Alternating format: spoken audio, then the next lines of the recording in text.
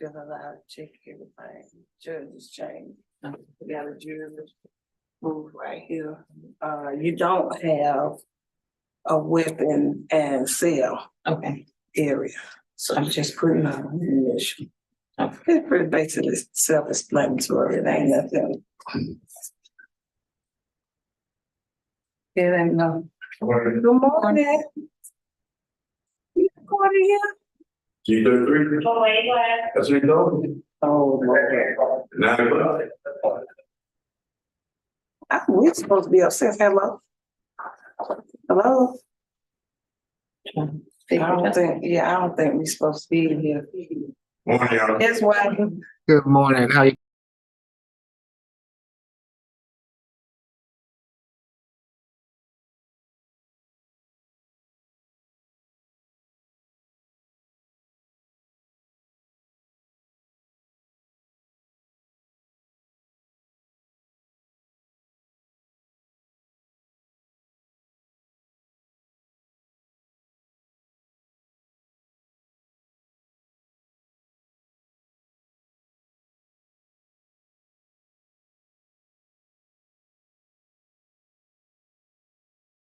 Trey. Good morning, courtroom 2. We're all ready to begin whenever you all are. Yes, sir. I was trying to get you before they wanted. I know. Yeah, it is. Good morning, Judge Morrow. Good morning. Good morning, Judge Morrow. I am covering, you've heard what happened, so just be patient with me today. Okay, no, I did not. Yes, I did. You take your time, and y'all just let me know when you're ready.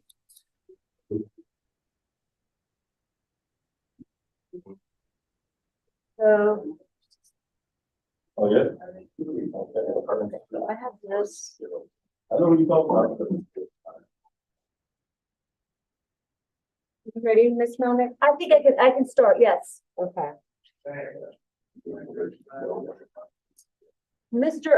Can we start with the probation calendar, Judge Morrow?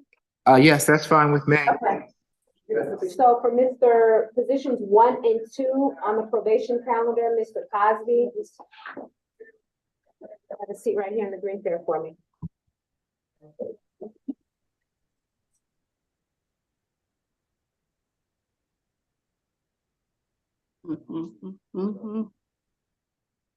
Yes, good morning, Mr. Cosby. I'm Judge Eric Mara. This is the probation revocation calendar that we are conducting by video to help prevent the spread of the virus. Do you agree to have your case heard by video? Yes, sir. Thank you, Mr. Cosby. Good morning, Officer Harris. Good morning, Judge. How you doing? I'm doing well. Hope you are as well. Yes, sir. You can proceed. Yes, Your Honor. Mr. Cosby was sentenced to probation on December the 27th of 2022 to 12 months to complete 6-week in anger management. As of today, Mr. Cosby has not reported to our office or provided proof that he started the anger management classes. He has 129 days remaining on his case. Probation recommendation is to continue him on probation and to enroll into the anger management within 2 weeks upon his release from custody. Yes. Good morning, Mr. McLean. What's the problem? Tell the judge why you did not finish correctly. Sir, Your Honor, I just was not ready at the time, sir, and I wasn't ready to do right, but now I am ready to do right.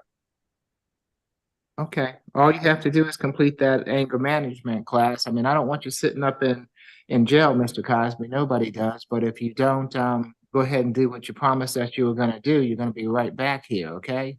So I want you to get this done, but if I see you again and you haven't gotten it done or you haven't reported to probation, then they're probably going to ask that I revoke the balance of the probation. And I don't want you sitting in jail that long. You understand me?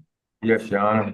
Okay, so I'm gonna give you the opportunity to do the right thing, Mr. Cosby, but you need to go out, and if you're having some problems, talk to Officer Harris or one of the probation office. People will understand if you're having problems, but if you just don't show up, if you just don't do anything, then they're not gonna be as compassionate to you. But if you let them know that, that you're trying to do the right thing, then they'll work with you, or at least they'll be able to tell me that. You understand? Yes, Your Honor. All right. Good luck to you, Mr. Cosby. I'm gonna reinstate you. Thank you, Your Honor. It's for whatever we can. Next, we have on the probation calendar, positions 3 and 4. Delaney, Elaine. Nobody goes around in the front.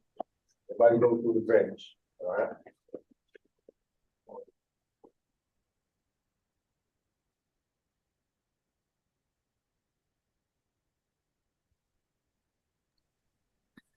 And this is Mr. Delaney. It is, Your Honor.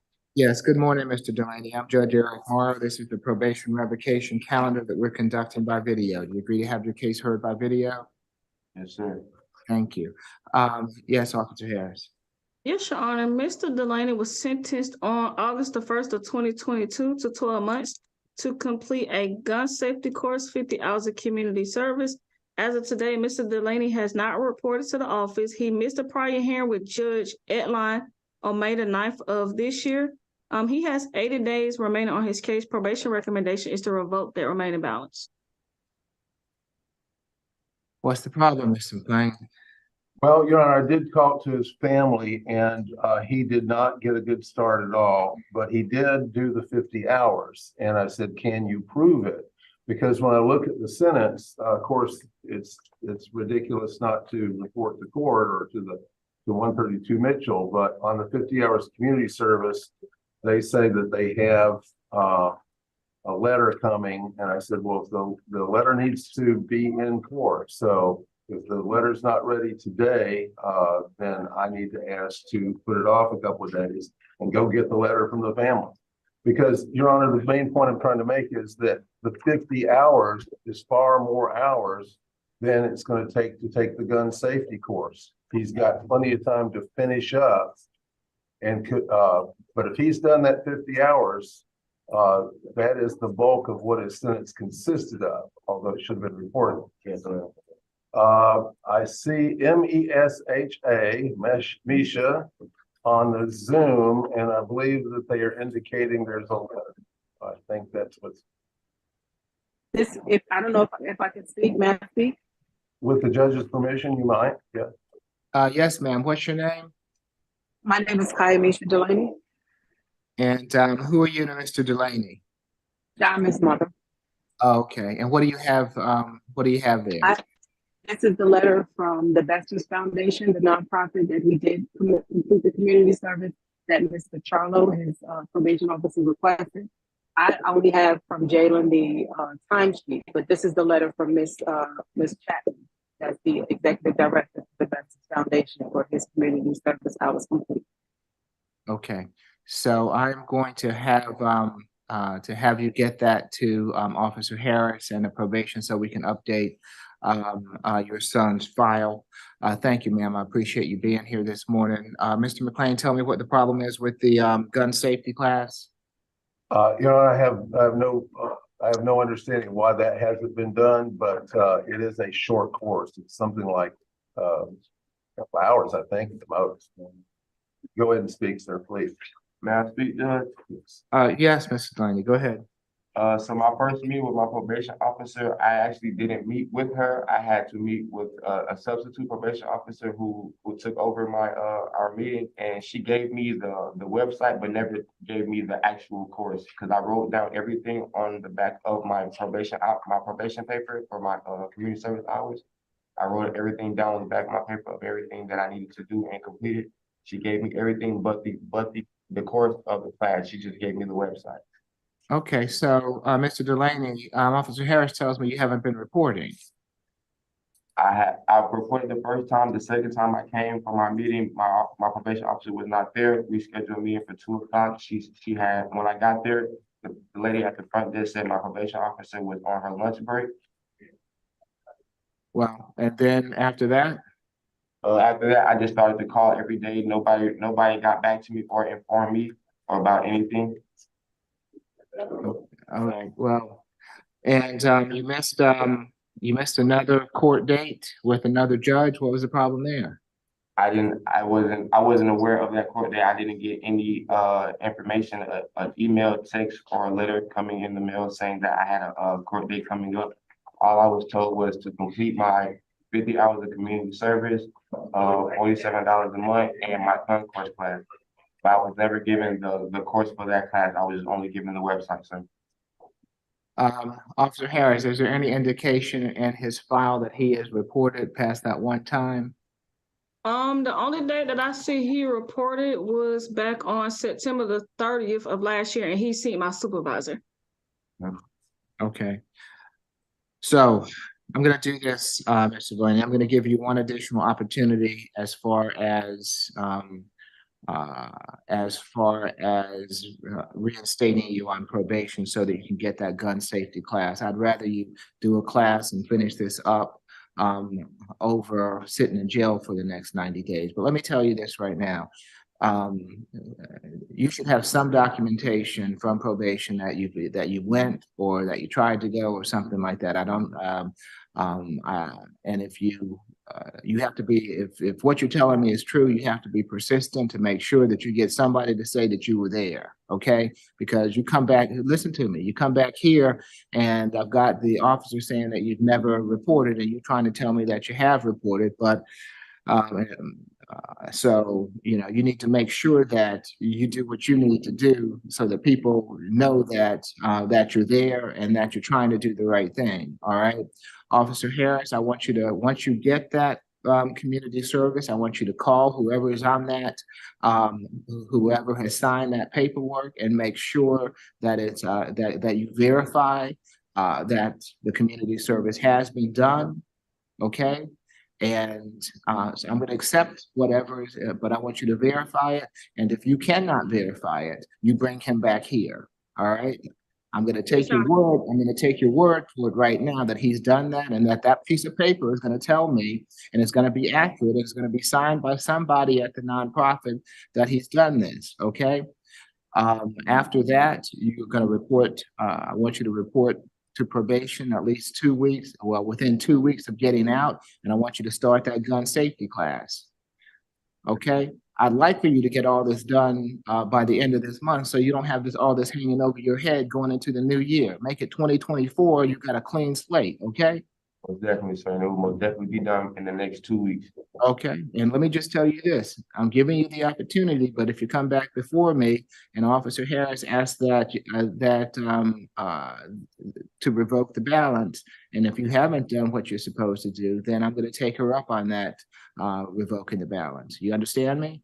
Yes, sir. Okay, so let's get it done so we can put this behind you. Copy that, sir. All right, good luck to you, Mr. Delaney. Thank you for being here, ma'am.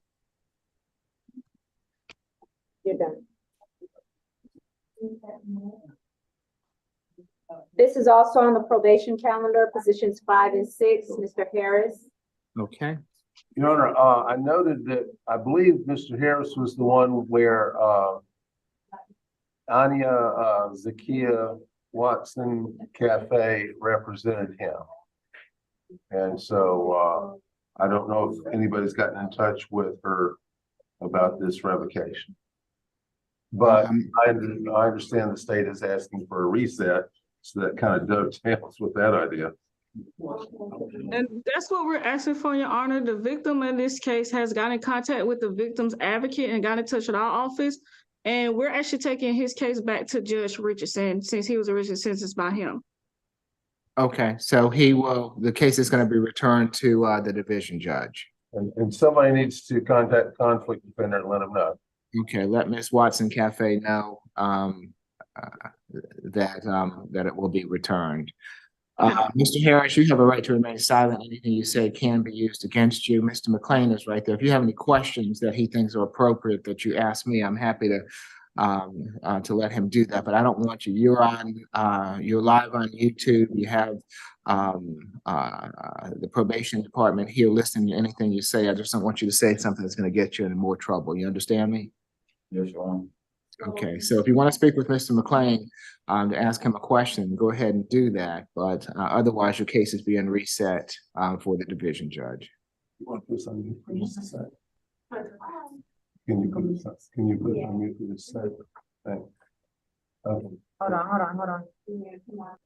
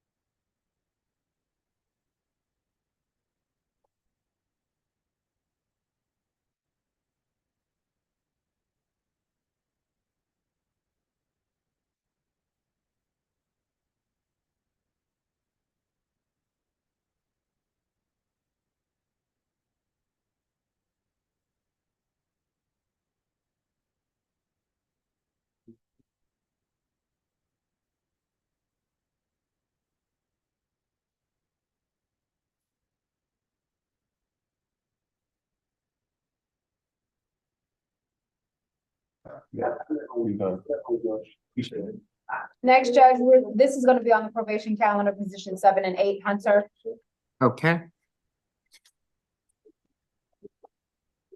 You ready to tell the judge what went wrong? Yes. Okay. yes, good morning, Ms. Hunter. I'm Judge Eric Morrow. This is the probation revocation calendar that we're conducting by video. Do you agree to have your case heard by video? Yes. Thank you. Officer Harris? Your Honor, Ms. Hunter was sentenced to probation on November the 29th of 2022 to 12 months to complete the 24-week domestic violence class, the parenting class, and she failed to appear before Judge Richardson on September the 25th of this year. She has 45 days remaining on her case. Probation recommendation is give her credit for the time she served and to close her case. Mr. McLean? No objection. All right, time served. Good luck to you, Ms. Hunter. Thank you, Your Honor. You're welcome. This is also on the probation calendar, positions 9 and 10, Owens.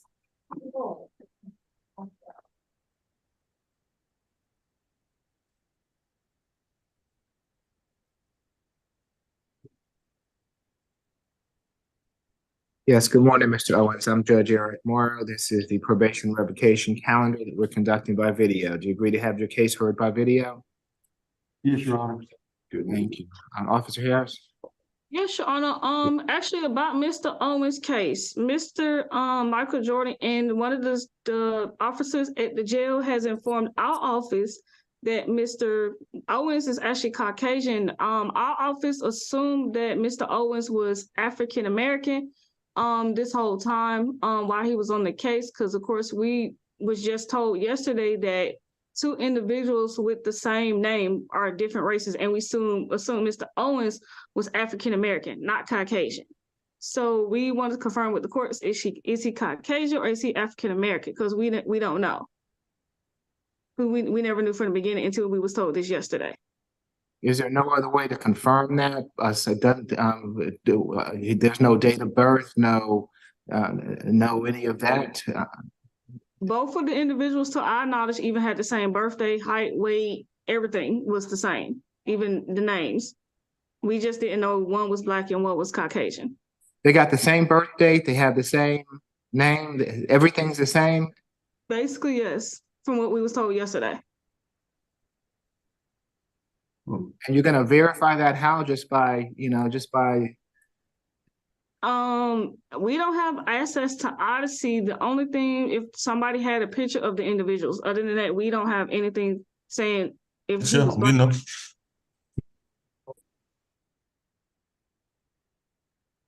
I mean, that just seemed extremely odd to me. You have a middle name by any Right, I mean, chance? you have to have a social security number, you Yeah, have, so yeah, last four social, middle name would be helpful. even- Then I can we don't- maybe help. We don't even have that. We don't even have it social. Mr. McLean, can you Oh, ask the client if he has a middle name? What I'm looking at is, I read the memo was saying that this was already submitted to Judge Mather for dismissal, and so that's why.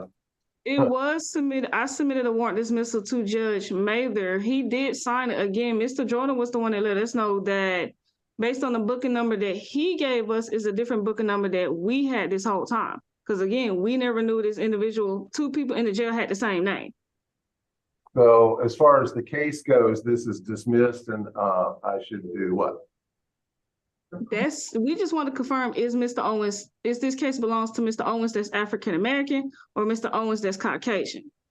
They want your middle name or social or something. Wait a minute, we're on TV in public. This is broadcast to the public. Don't tell your social. We can write it down and we can get it to you. Yeah, just the last four, or what is his middle name? Got a middle?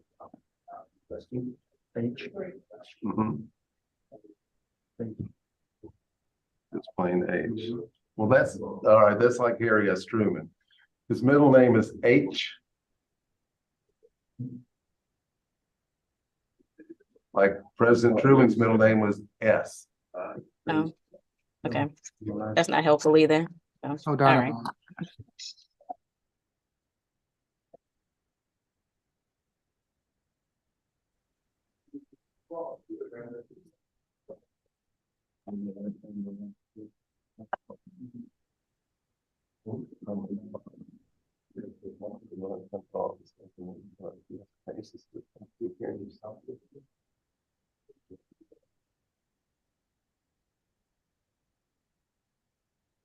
You're speaking law school, you learn that what you're dealing with is cases of controversy. Yeah, thank you. If there's no case of controversy, why are we talking? So I'm still a bit not understanding. You have two different people. And you're trying, only charge that we have for this William Owens is pedestrian in a roadway and public drunk. Yes, and me and my supervisor, we just wanted to confirm the case number that is associated with Mr. Owens that's sent before you and that he is Caucasian and not African American, because we don't know, we never knew that until we But was I told don't yesterday. see that. I don't understand, because you have his fingerprints, you have his name, you have his social security number. I don't understand how, if just this man saying, you know, what race he is, how that's going to why there shouldn't be something else that can identify him. So, Your Honor, we don't have records of his fingerprints. We don't have a social for him. When we look up cases, we're looking in the jail to find out their demographics. We never knew it was two individuals by William Owens.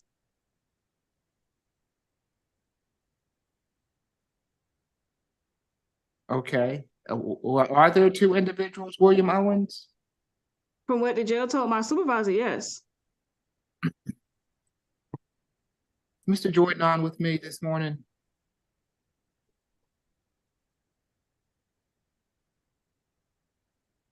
Ms. Strong? One moment, girl, that just called him. Okay. We're gonna come back to Mr. Owens. I'm gonna see if I can speak with Mr. Jordan, and we're gonna see if we can work this out. They could also request that the jail send a copy of All right, we're gonna come back to you. Go ahead and have a seat. booking and intake card, Yeah, with your position Okay. number 16, Mr. Albert Dixon. but then seeing which one they need. All right, thank you. All All right, we're gonna come back to Mr. Owens. Who do we have next? Position 16, Albert Dixon. He's on the, my calendar. Okay, he is position 16 on the main calendar. Are we doing with the probation calendar? No, not yet. Okay. So is this Ms. Melnick's case? Yes. Yes, Your Honor, are we moving to the, He's actually on the medical floor right here. okay, He's right there. So what are we doing with Mr. Dixon this morning? he's actually on the, state, I'll put this calendar, the defense has not received discovery yet. Okay, so All I can do is. have you, Mr. Dowdy spoke to what would you him. like, well, on this calendar, either he's going to, we're gonna arraign him this morning if he's gonna plead not guilty, or you've worked out something with the solicitor's office where, where he's gonna plead. So Right, if you need discovery in the case, I guess that you want him to be arraigned and reset. since he's not in the courtroom, I'm gonna speak to him, Angela Dowdy spoke to him yesterday, it's impossible to believe we just don't have discovery, but he's in medical, I just need to either get a breakout room or go over to medical to see him. Okay, that's fine. So normally what we do in this courtroom is maybe someone has a laptop where I can put you into a breakout room with Right. medical. Yes, Your Honor, You have your laptop, Ms. Melnick? yes, Your Honor. Okay, so if you want me to place you into a breakout room, and normally what you all do is you find yourself a quiet place so you can speak with people that are not actually there in the courtroom with you. Okay, yes. Or you can call him, whichever is, preferable to you. Yes, I'm so sorry, Your Honor, I'm just, No, you're fine. I understand that this isn't your regular it's so not. regular place. Okay, so when Ms. Melnick gets situated, we will place her into a breakout room with Mr. Dixon. So, yes, I'm Good sorry, morning. Judge. Mr. Jordan is right here. Mr. Jordan, do you understand my dilemma? What was the question, Judge? They're trying to find out, and they said that they'd spoken with, I'm not sure if with you or with someone regarding position number 9 and 10, Mr. William Owens on the calendar, the probation calendar, and they are not able to ascertain if this is the correct Mr. Owens or not. Apparently there are 2 Mr. Owens, one is black and one is white. It's the correct one, Judge. I spoke to Mr. Barnes yesterday from probation.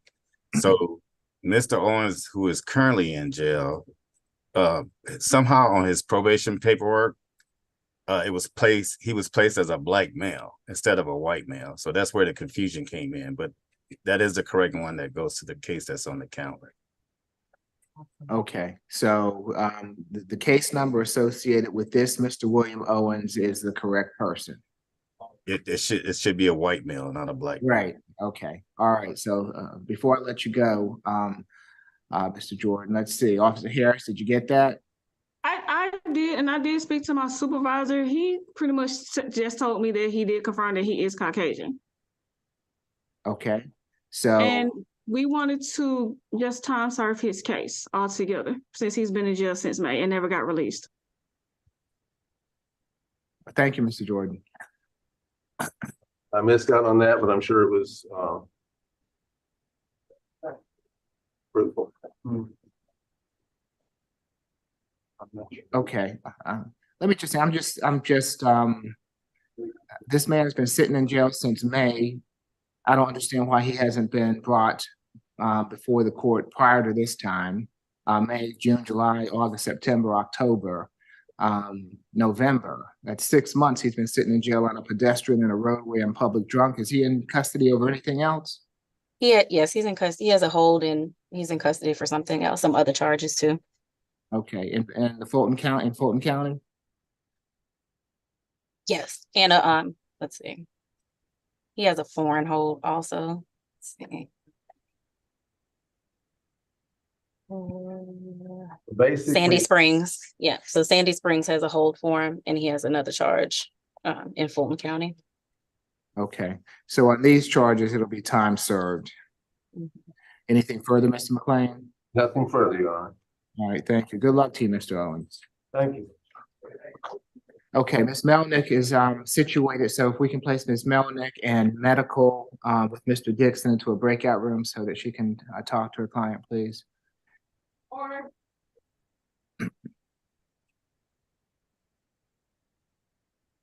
And then we can go back to whomever else we need to take that's not Ms. Melnick's case.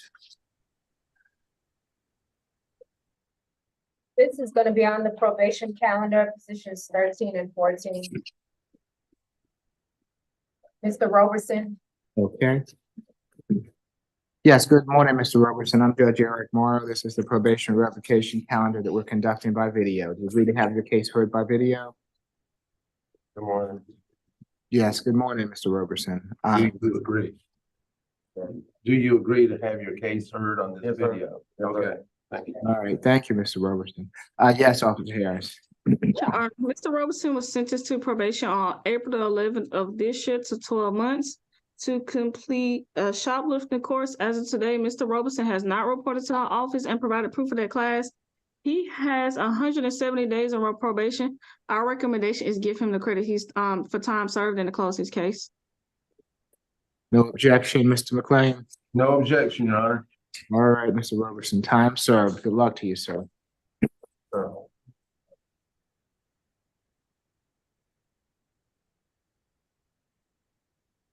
All right, next we have position 4 and 5.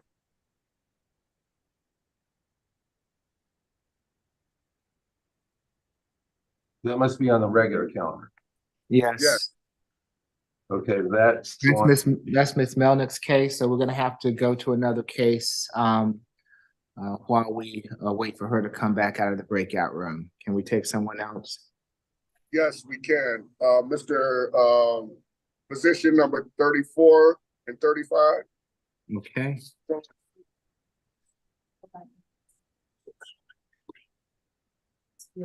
That's Sandy Phillips. That's a plea, Your Honor. Yes. Okay. And this is Mr. Phillips. Right. Yes, sir. Yes, good morning, Mr. Phillips. I'm Judge Eric Moore. This is the state all-purpose calendar that we're conducting by video. Do you agree to have your case heard by video? Yes, sir. Thank you. Can you raise your right hand for me? Do you swear or affirm the testimony you're about to give before this court be the truth, the whole truth, and nothing but the truth? Yes, sir. Okay, thank you, sir. You can place your hand down. Good morning, Ms. Falk. Good morning, Your Honor.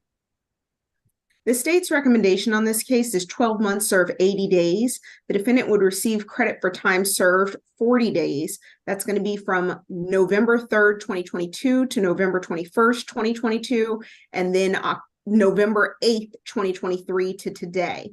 We are also requesting the balance be probated, that there be a $400 fine or 40 hours of community service, 6 weeks of anger management classes. I do have a question for the defense, whether they are going to request the $400 or the 40 hours community service.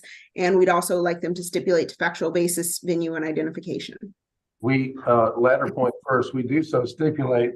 And in the interview yesterday, he did indicate the 40 hours would be more doable for him due to finances. Okay. So 40 hours of community service. Position 35 would be null pros with a guilty plea for position 34. Ms. Falk. Yes, Your Honor, that is correct. We would also like to sound for the victim at this time, Stephanie Dunn. Ms. Dunn is on the line and wishes to address the court. Now is your opportunity to do so.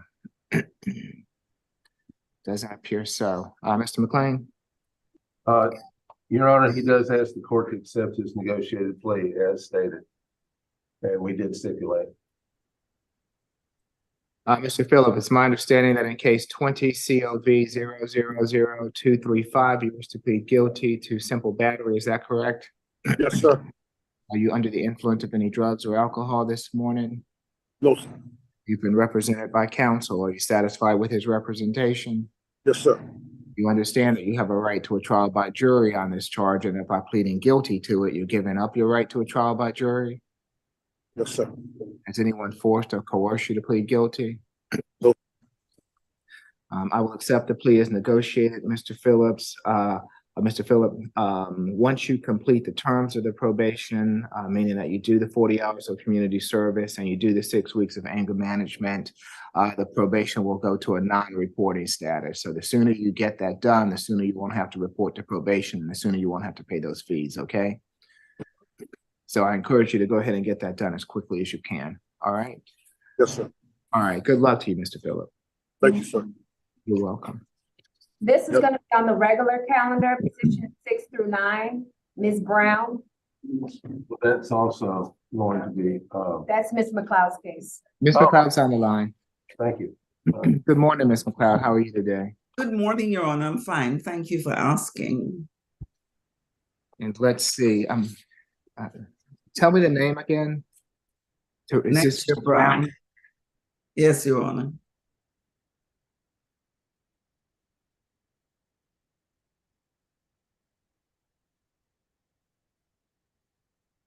And what are we doing with Nisha Brown today? She will be taking a plea today, Your Honor. Okay, very good.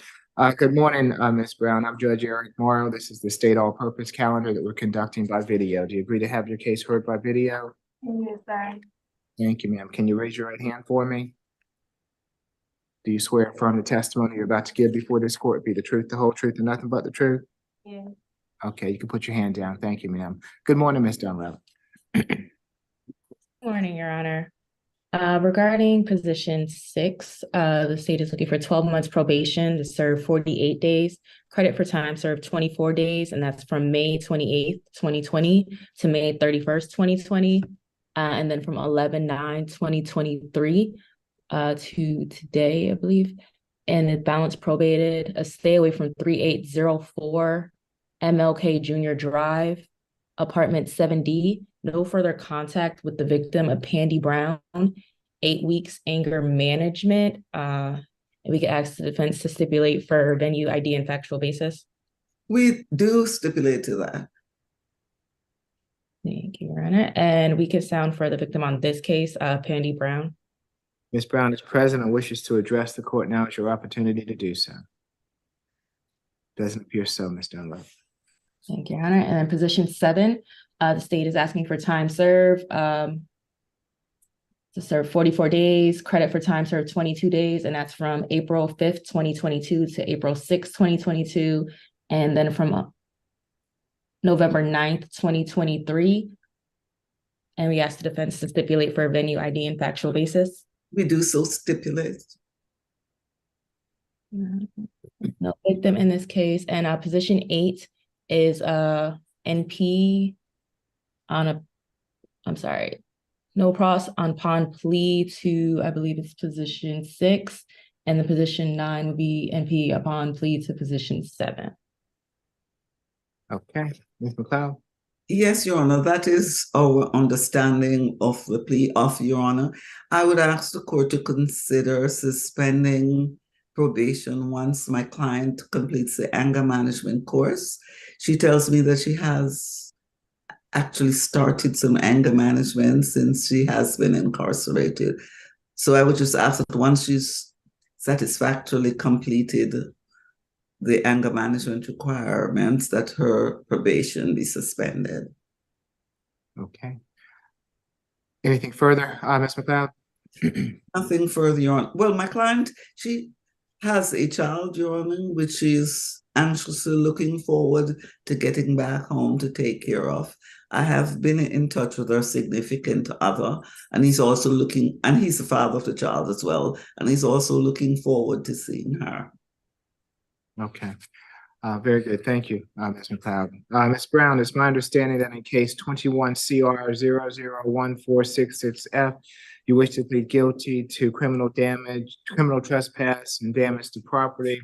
And in case 22 CR 002052F, you wish to plead guilty to willful obstruction of law enforcement officers. Is that correct? Yes, sir. Are you under the influence of any drugs or alcohol this morning? No, sir. You've been represented by counsel. Are you satisfied with her representation? Yes, sir. You understand that you have a right to a trial by jury on these charges, and that by pleading guilty to them, you're giving up your right to a trial by jury? Yes, sir. Has anyone forced or coerced you to plead guilty? No, sir. I'll accept your plea as negotiated. Ms. Brown, let's see. As far as position 6, the criminal trespass and damage to property, as soon as you complete the terms of the probation will terminate. So the sooner you get that 8 weeks of anger management done, the sooner you're not going to be on probation any longer. Okay? Okay, thank you. All right. Good luck to you, Ms. Brown. Thank you, Your Honor. You're welcome, Ms. Brown. And I believe that concludes my business before the court today. Thank you. We appreciate you being here. We'll see you next time. Thank you.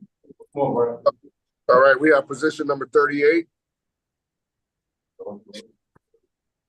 McLean.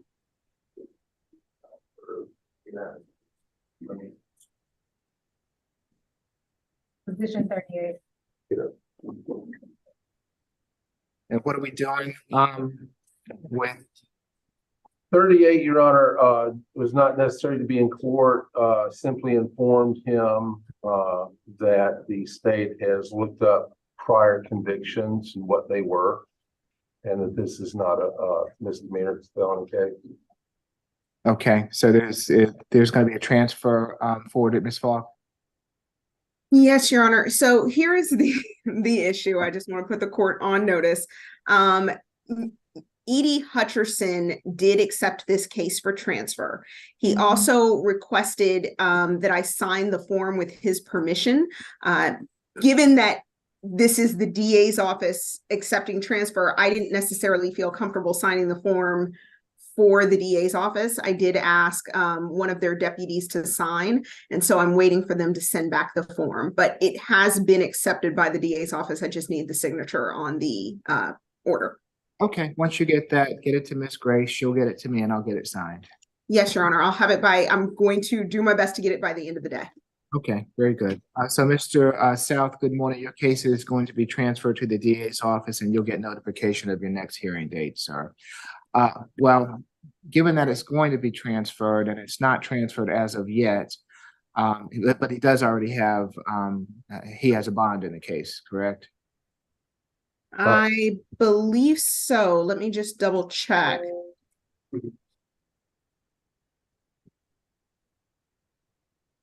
Yes, the defendant does have a $5,000 bond set. Okay, so you'll get notice of your next hearing date, Mr. South. Okay, sir. All right, good luck to you, sir. And Your Honor, sorry, I didn't mean to interrupt someone. I heard someone speaking. Go ahead, Ms. Wall. Okay. I also wanted to place on the record that this also applies to position 19, Kenneth George. That case was also accepted for transfer by the DA's office. We're just waiting for the signed order.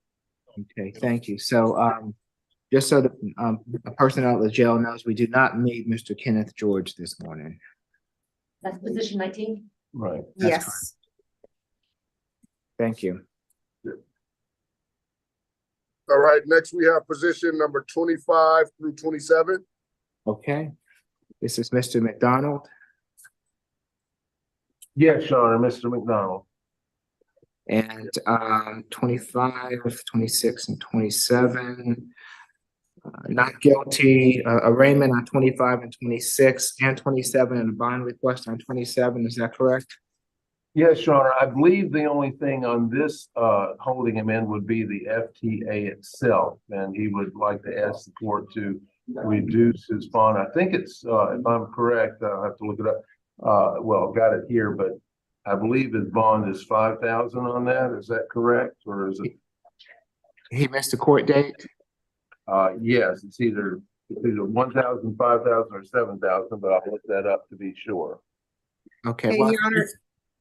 well, I'm just if he missed a court date before a division judge, then I'm sorry, Ms. Falk. Go ahead. No, I was just going to confirm what Your Honor was asking. Yes, he failed to appear actually on 2 court dates, May 15th, 2023 and September 26th of 2023, both in Judge Porter's courtroom. So we are requesting that this be returned to Judge Porter's courtroom so that she can address the bench warrant.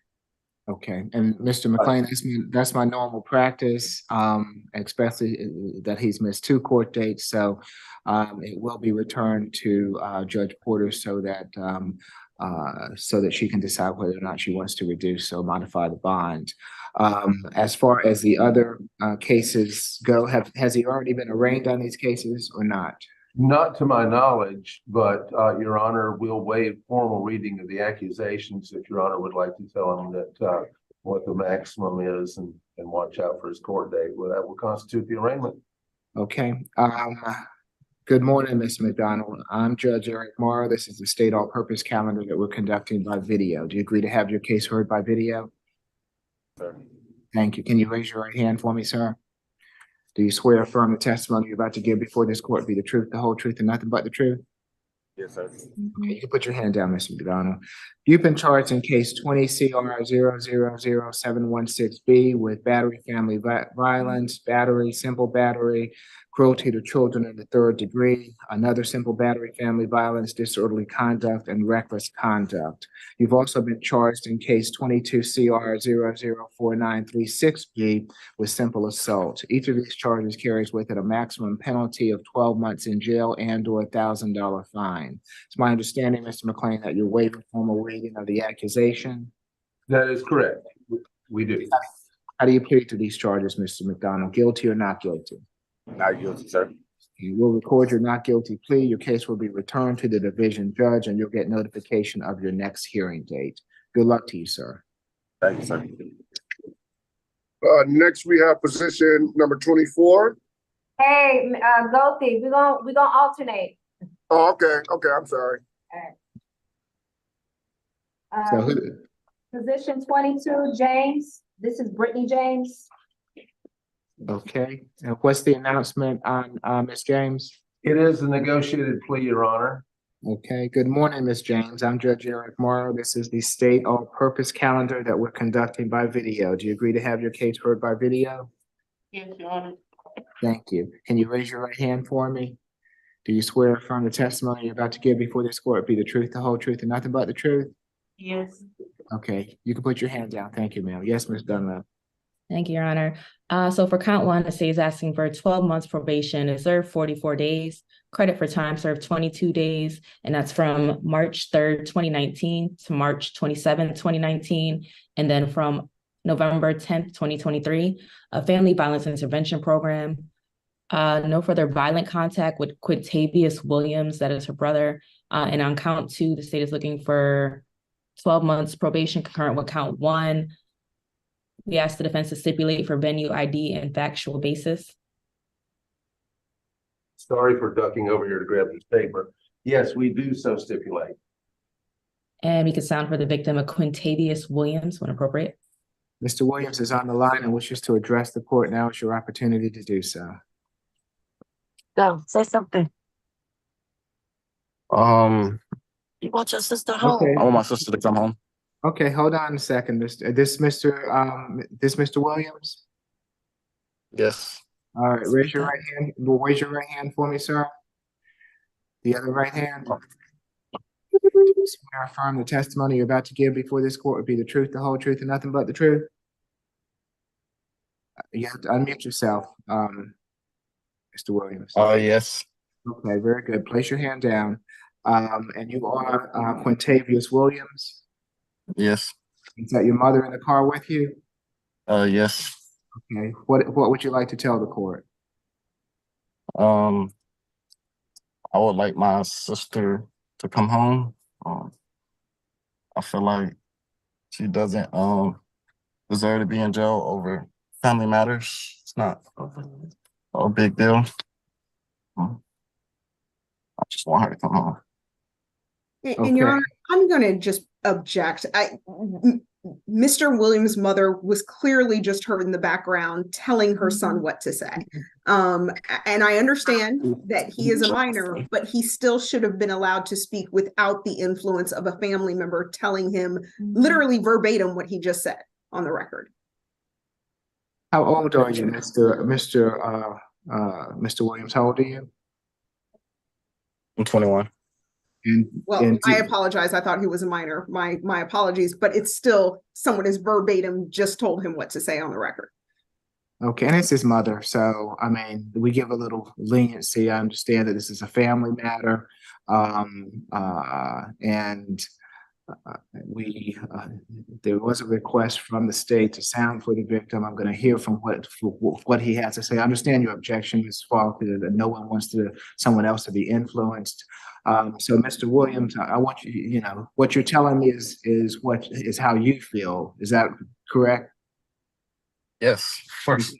Now, do you and Miss Brittany James, your sister, do you live in the same household? No, we don't live together. Oh, not anymore. So you don't live in the same household with your sister? She don't live with us anymore. Okay. And you're telling this court, are you afraid of your sister? No. Do you want to have contact with your sister? Yes. Okay. Anything else that you want to tell the court before I sentence your sister? I also want to say, my mom said, what my mom said has nothing to do with anything. That's how I feel as well. That's my blood sister, and I want her to come home. Okay. Ms. Falk or Ms. Dunlap, any questions for Mr. Williams? I'm sorry. Did I get any other questions, Ms. Dunlap? No, I know it says they no longer live together, so we'd like to add a stay away to the incident location. 1 second, which is 6355 Oakley Road, Union City, Maplewood Park Apartments. All right. Given what Mr. Williams is telling me, I'm going to allow him, given that this is family situation, I'm going to allow him to have contact with his sister. He's to have no further violent contact, or will be to have no further violent contact with Mr. Williams. Mr. McLean? Nothing to add, Your Honor. Thank you. All right, Ms. James, it's my understanding that in case 21 CR 000380D, you wish to plead guilty to simple battery, family violence, and terroristic threats. Is that correct? Yes. Are you under the influence of any drugs or alcohol this morning? No, Your Honor. You've been represented by counsel. Are you satisfied with his representation? Yes. You understand that you have a right to a trial by jury on these charges, and that by pleading guilty to them, you're giving up your right to a trial by jury? Yes. Has anyone forced or coerced you to plead guilty? No. I will accept the plea as negotiated. Ms. James, given that your brother has testified this morning, I will have you have no further violent contact with Quintavious Williams as a part of the probation. Let's see, and when you complete the terms of the probation, the Family Violence Intervention Program, it'll go to a non-reporting status. So the sooner you get that done, the sooner you won't be on reporting probation, and the sooner you won't have to pay those fees, okay? Yes, Your Honor. All right, good luck to you, Ms. James. Thank you. And the James family, thank you for being here this morning. Excuse me, Judge, are you still doing the stay away?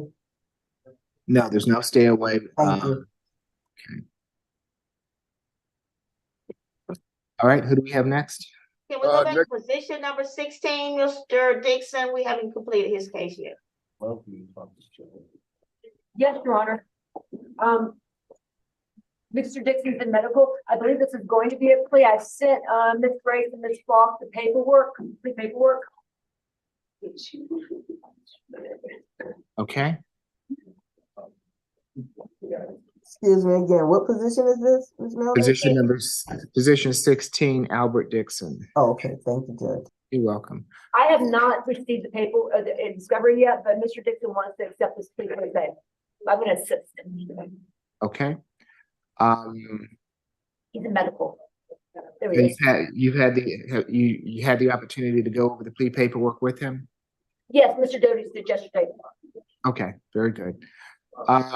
Yes, good morning again, Mr. Dixon. I'm Judge Eric Morrow.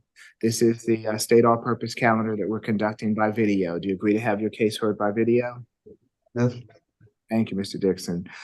Can you raise your right hand for me? Do you swear and affirm the testimony you're about to give before this court be the truth, the whole truth, and nothing but the truth? Yes. Okay, you can put your hand down. Thank you, sir. Ms. Dunlap? Thank you, Your Honor. I just want to make sure I heard correctly. This is a negotiated plea? Yes, and I did negotiate with Ms. Gall 65 days, credit for 65 days he served. And Your Honor, just to let Miss Melnick know, since I can't, the math wasn't really making sense to me, so I just reduced it to, let's see, 43 days, I believe, with credit for time served from November 7th. So that will still close him out and release him today. Thank you. And if Miss Grace, I put 65, if Miss Grace could amend it on the paperwork for us with express permission. So 43 and 43, Ms. Falk. Yes. Let's see, it was from 11/7 to 11/28, so that would be 22 days. So yes, we can do 43 or 44, but yes, it will have him at time served since he was arrested on November 7th, but was not checked into the jail until I believe it was November 14th. So he was at another jail in municipal court. Okay, so we'll do 44 with credit for time served 22. Okay, thank you. And Miss Grace and Miss Falk, I'm gonna send you the probation sheet. It's not included in that, the paperwork I sent you was on page 3 and 4.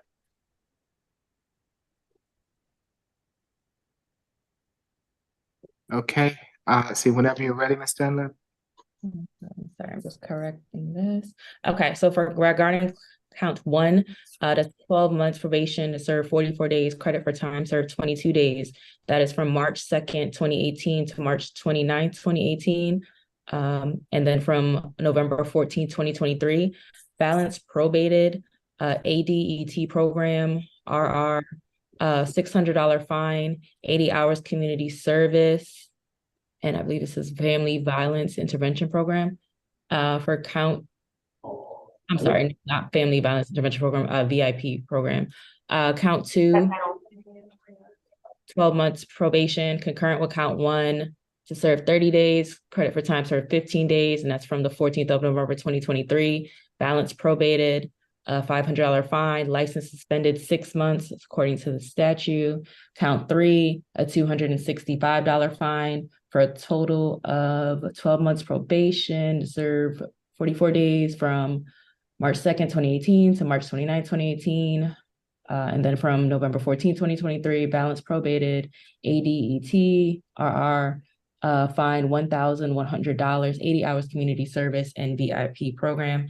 And we asked the, and we asked the defense to stipulate for venue, ID and factual basis. This will accept.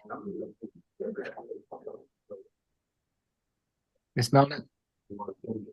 Yes, Your Honor. Mr. Dixon, he has been explained on the paperwork has been gone over to him by Angela Doties.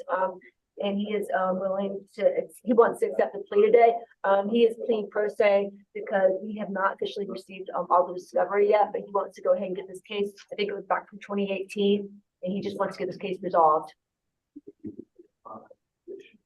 Okay. Mr. Dixon, it's my understanding that in case 20 CR 0000537E, you wish to plead guilty to driving under the influence of alcohol, less safe, driving while your license was suspended or revoked, and failure to use the right of way. Is that correct? Yes. Are you under the influence of any drugs or alcohol this morning? No. You've been represented by counsel. Are you satisfied with your counsel's representation? Yes. You understand that you have a right to a trial by jury on these charges, and that by pleading guilty to them, you're giving up your right to a trial by jury? Yes. Has anyone forced or coerced you to plead guilty? No. I'll accept the plea as negotiated, Mr. Dixon. When you complete the terms of the probation, it'll go to a non-reporting status. So the sooner you get it done, the sooner you won't have to actively report to probation, okay? Yes. All right. Good luck to you, Mr. Dixon. Yes. Thank you. You're welcome.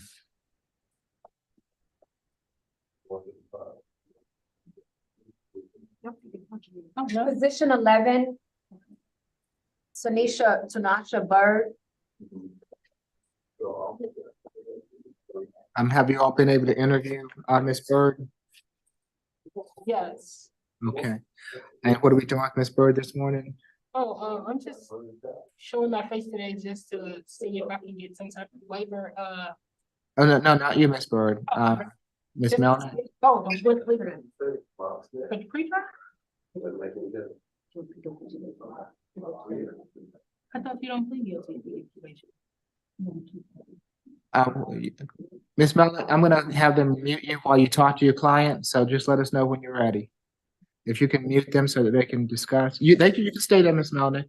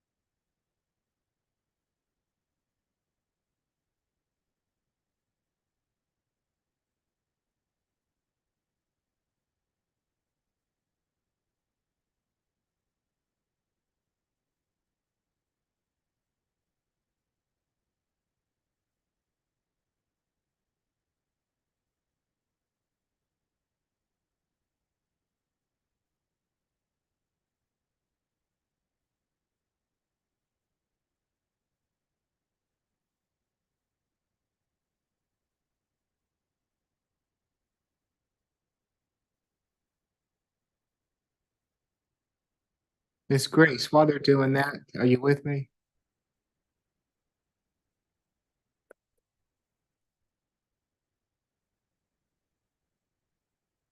Ms. Yes, Grace? sir. On position number 10, I see that Terrell Brown has a private attorney. I don't see that person on the line. Can we give them a call or have someone give them a call for me? I apologize, Judge. I'm talking to her now about Mr. Brown's case. So if you just give me a moment, I'll call her Okay. back up. All right. Thank you, Ms. Strong. You're welcome.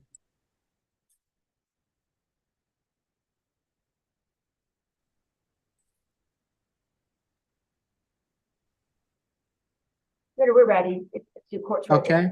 Yes. And what are we going to do with Ms. Bird this morning? It's gonna be a plea of nolo.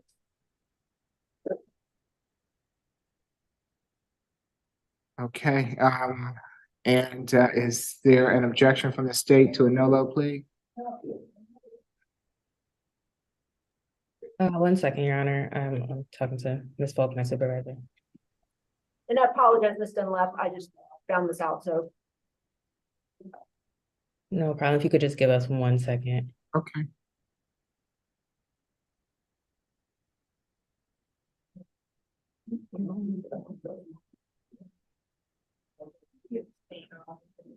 And Your Honor, while Ms. Dunlap puts the facts and the recommendation on the record, I'm going to check the GCIC to see if she's entered NOLO in the last 5 years, which would preclude her from doing a NOLO today. Okay. Thank you, Ms. Falk. The facts of this case, Your Honor, it happened on July 14, 2023. Officers were dispatched to Walmart located at 4735 State Route 138 in Union City regarding a shoplifting call. They spoke to loss prevention, who stated she saw the defendant stealing a pair of shoes totaling $11.83. Defendant was apprehended at the exit by loss prevention until officers arrived. The sentence recommendation was 12 months probation to serve 48 days, credit for time served 24 days, and that would have been from November 5th, 2023. Violence probated, anti-theft course, 40 hours community service, and a stay away from Walmart, 4735 State Route 138. And we are looking that recommendation. No, we're not. She's entering a NOLO plea. We just have to make a determination whether we agree to the NOLO plea or not. Your Honor, in looking at the history of this defendant, I am not seeing where she has entered a NOLO plea previously, so she would be eligible for it. State does not object. Okay, so I'll allow her to plead NOLO. Ms. Melnick? Yes, Your Honor. I have not received discovery, so she is going to enter a plea of pro se. Your Honor, I've had a little talking to her today. I think we talked more about her career choices going forward, her life choices more so than this. But she is going to turn herself around. She is working. We talked about some programs in Fulton County. I really believe she's really smart. I feel like she's really smart. She's very articulate, and going forward, she doesn't. She didn't want this as a conviction on her. She's, willing to enter the plea as is, but for $11 pair of shoes, she has no objection if the court wishes to reduce it at all, but she's willing to plea as is. Third. Yes. Okay. And just so that this court, normally speaking, Ms. Melnick, you all do tend to represent defendants that come before this court. I know that normally that you, without discovery or whatever, you don't want to move forward in SEA court, but in this court, we normally have the public defenders not withdrawing from representation of your clients. So I just want to make that, and Right. if you need to, if you want to speak with Mr. McLean about that, That's fine, Your Honor. We're, just going, this is the only one we knew about that. okay. I was told something different, so I apologize to the court. Okay, Hey, no, Your Honor. I just want to make sure that you are representing Ms. I will, Bird. yes, Your Honor. Okay, all right, so there's not going to be a withdrawal of the representation. Right. All right, that was your question, Ms. Falk? Yes, Your Honor. And I apologize. I was told something different. I understand, Ms. Melnick. I understand that's not your normal court, so you're fine. Obviously. Ms. Bird, let's see. I'm not sure if I've already sworn her in or not, so if you can raise your right hand for me, Ms. Bird. Do you swear or affirm the testimony you're about to give before this court be the truth, the whole truth, and nothing but the truth? Correct. Okay, thank you. Ms. Bird, it's my understanding that in case 23 CR 0071048, you wish to plead no to theft by shoplifting, is that correct? That's correct. Are you under the influence of any drugs or alcohol this morning? No. You've been represented by counsel. Are you satisfied with your counsel's representation? For the most part, like he said, as far as career development, I am. Okay, listen, Ms. Bird, I need a yes or a no. Yes. If you say yes, I can proceed. If you say no, I'm not going to be able to proceed, and we'll get you counsel that you are satisfied with. So let me ask the question again. Are you satisfied with your counsel's representation? I am. You understand that you have a right to a trial by jury on this charge, and if by pleading no to it, you're giving up your right to a trial by jury? Yes. Has anyone forced or coerced you to plead no? Okay, I'll accept the no plea as negotiated. Let's see, when you complete the anti-theft class in the 40 hours of community service, I will have the probation terminate. So the sooner you get that done, the sooner you're not going to be on probation, okay? That's fine. All right, good luck to you, Ms. Bird. Thank you. Next, we have position number 24. Okay. Okay. This will be a non-negotiated plea. Let's see, was that 34 we said? 24. 24. Let me flip to the right place. Adrian Lewis, yes, Your Honor, that is not non-negotiated plea. Good morning, Honorable Judge. Morrow. Yes, good morning, Mr. Lewis. I'm Judge Eric Morrow. This is the state all-purpose calendar that we're conducting by video. Do you agree to have your case heard by video? Yes, Your Honor. Thank you. Can you raise your right hand for me, Mr. Lewis? Yes, Your Honor. Thank you. Do you swear or affirm the testimony you're about to give before this court be the truth, the whole truth, and nothing but the truth? Yes, Honorable Judge Monroe. Okay, thank you. You can put your hand down, Mr. Lewis. Ms. Tyson, can you give me the history, if there is one, please? Position 24, right? Yes.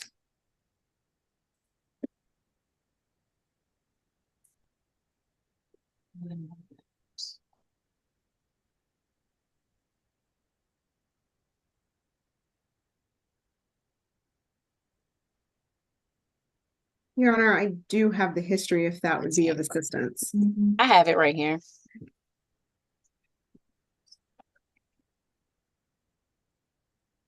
So he has 6 arrest cycles beginning in 2021. He does have a misdemeanor conviction out of Gwinnett County for willful obstruction willful obstruction. That's from 2022. He has a felony conviction out of Gwinnett County for aggravated assault from January of 2022 and robbery. He is on probation for that case. He received confinement 1 year, probation 8 years on that case. He has 1 FTA from 2022, and it looks like he has an open misdemeanor theft by shoplifting in DeKalb County. And his last arrest was November 13th of 2023 out of DeKalb County for giving false name and a theft by shoplifting. No dispositions listed on the GCIC for that case. And it looks like he has a hold out of, well, GCIC indicates a warrant out of Indiana. Underlying charge is, it looks like it says stalking. That warrant was signed May 14th of 2021. He has 4 cycles out of Ohio beginning in 2006. His last arrest was in 2011 for a violation of a protective order, which resulted in a misdemeanor conviction. He has 14 cycles out of Indiana beginning in 1999. Does have a felony conviction for battery by means of a deadly weapon, intimidation. And that is from 2012. He has another misdemeanor conviction for criminal trespass, 2015. 1 FTA. Misdemeanor conviction for criminal trespass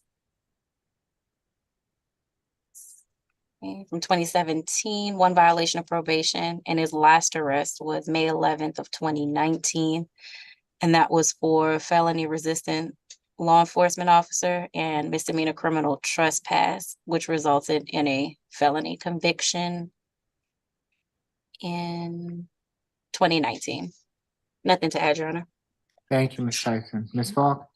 Yes, Your Honor. What was omitted from that is the defendant just entered a plea in July of this year under 23 CR 00417G. 76G. That was theft by shoplifting, simple assault, and simple battery. The defendant was given a sentence of 12 months probation with 32 days to serve, and a stay away or no further contact with Dominique Loving. That was ordered by Your Honor on that sentence was handed down on, it looks like this handwriting is not the best. I think it says June, either June or July 19th of 2023. It looks like the disposition was entered on July 20th of 2023, according to the clerk's record. So he is currently on probation for that offense. And let me just make sure the probation was not suspended. Let's see. It doesn't appear that that probation was suspended. It appears it is active. So the state wanted to put that on the record before we put the facts on the record in this case to give Your Honor some context behind our recommendation, as well as we would like to point out that robbery conviction in 2022 before we give the facts. So this incident happened October 29th of 2023 at around 10 o'clock at night. The officers spoke to DeAndrea Allen, who is a Georgia Institute of Technology employee. She stated she was loading her vehicle after an event at the location when she was approached by the defendant, who she did not know. She just identified him initially as a homeless male. He asked for money and then told her, "I could just rob you and sell this stuff." At that point, Mr. Lewis walked off toward the sidewalk and sat down on the curb. Miss Allen was then contacted by another employee at the location, Mr. Dontavius Berry, who approached Mr. Lewis and told him, "This is private property, you need to leave." Mr. Lewis then stated he wasn't going anywhere, and then a fight ensued between Mr. Berry and Mr. Lewis. The video incident was captured, showed Mr. Berry approaching and engaging in an altercation with the defendant on this case.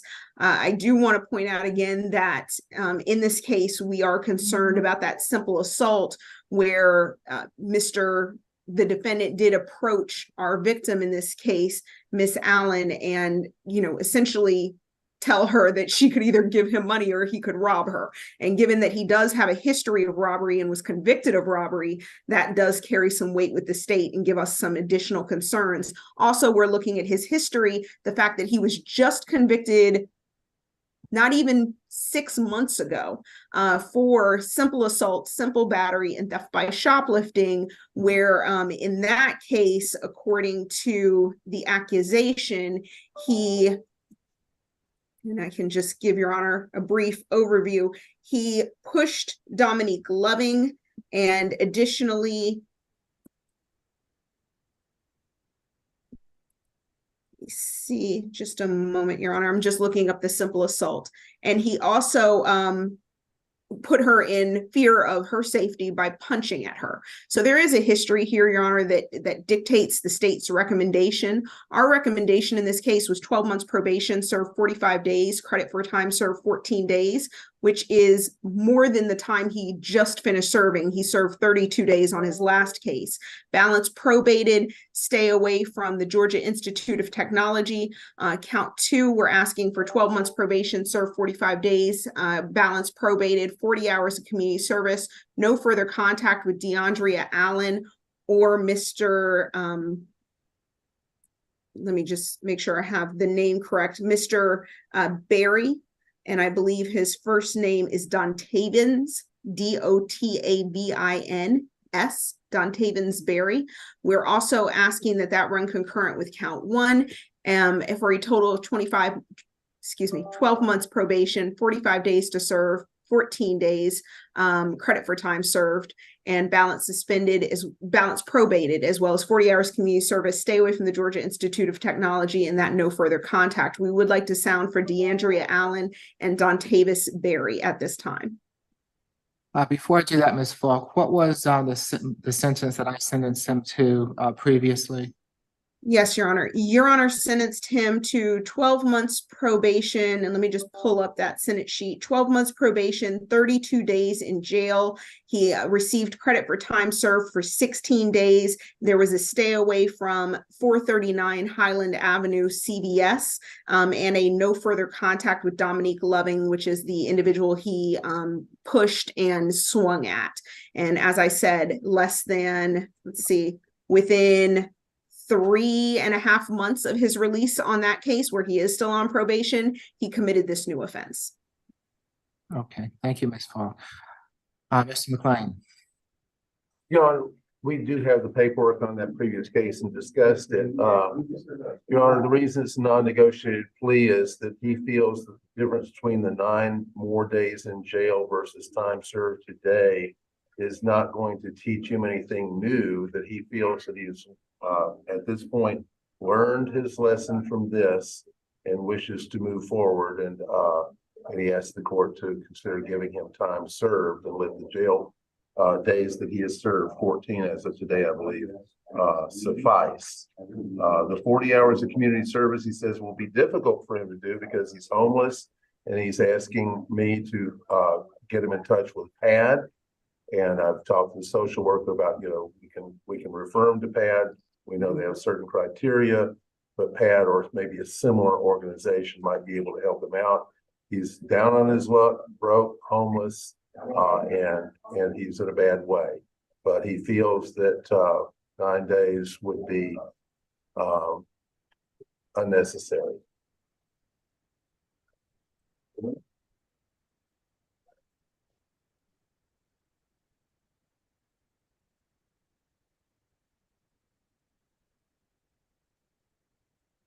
And Your Honor, the state would just respond to that by saying, I'm not sure what lesson wasn't learned after the robbery conviction and after the last conviction less than 3 months before he committed this new offense. We are asking for a higher sentence based on the fact it appears nothing has been learned from these 2 previous experiences. Mr. McLean, given that he's been before, this is the second time before me, I think that something else might be going on, and I am considering not accepting even the state's recommendation on this matter. I think that there might be a mental health component to what's going on. And if that's the case, then I want to get him the proper help. I think that if that's the case, then I would not require him to do the community service, but I would require him to have a mental health evaluation if something's going on with that respect. I just want to make sure that Mr. Lewis does not come back before me again with similar types of issues. I understand that he's homeless. And that, that's certainly can be a factor. But if there's something else that's going on with him, I want to address that to the best that we can. So I would say that I can't give him less time than I gave him last time. So I would require that that he does spend the 45 days in custody, but with the time served, it would be less, of course. Also, as far as the community service goes, I think that he would be more served by having a mental health evaluation as opposed to doing community service, or at least if that's a factor, then that can be addressed. And if it's not a factor, then that's something that we know also. So if you want to discuss that with him, that I will be converting the 40 hours of community service to a mental health evaluation and treatment if necessary, as opposed to the community service. And let me just make sure that Ms. DeAndre Allen and Mr. Dontavius Berry are not with us. If either of you are with us and would like to address the court, now is your opportunity to do so. Okay, Mr. McLean. Yes, Your Honor, I would like to speak to the court. So if you need to speak with Mr. Lewis, I'm happy to give you that opportunity. Yes, Your Honor. What floor is he on right there? You're gonna have to do a breakout. Okay. Yeah, before my computer. If we do a breakout, it will be on Ms. Melnick's computer on her laptop, or I could run out the parking lot where I can Zoom from my car as well. Either way. She's okay. All right. So, Mr. Lewis, I'm going to give you the opportunity to speak with Mr. McLean. So as soon as Mr. McLean, as soon as you get set up, we'll put you into a breakout room. Okay. Your Honor, can we speak now, please? Not in front of the court and in front of the public. We're going to talk in private, and then we're going to get back on the Zoom. I'll talk to you in just a minute as soon as we push the right button. All right, thank you. Can we do position number 20, Henderson in medical? Okay, who's this your case, Ms. Melnick? Mr. Henderson? Yes, Your Honor. Okay, so he needs to be arraigned. Yes, Your Honor, and we're going to request a reduction in bond. He's been in for 112 days. Okay, let me go ahead and arraign him first, and then we'll get to the your request for bond modification. Good morning, Mr. Henderson. I'm Judge Eric Mora. This is the state all-purpose calendar that we're conducting by video. Do you agree to have your case heard by video? Yes, sir. Can you raise your right hand for me? Do you swear or affirm the testimony you're about to give before this court be the truth, the whole truth, and nothing but the truth? Yes, sir. Thank you. You can put your hand down, Mr. Henderson. You've been charged in case 23 CR 006269C with homicide by vehicle in the second degree, failure to obey traffic signal signs and markings, no insurance, and a seatbelt violation. Each of these charges carries with it a maximum penalty of 12 months in jail and or $1,000 fine. Do you waive formal reading of the accusation, Ms. Melnick? Yes, Your Honor. How do you plead, Mr. Henderson? Guilty or not guilty? I'm not guilty. We will record your not guilty plea. Your case will be returned to the division judge, and you'll get notification of your next hearing date. Let's see, may I get his history, Ms. Tyson? And can we go ahead and place Mr. McLean, who's on Ms. Melnick's laptop, in with jail court's iPhone, please, in the breakout room.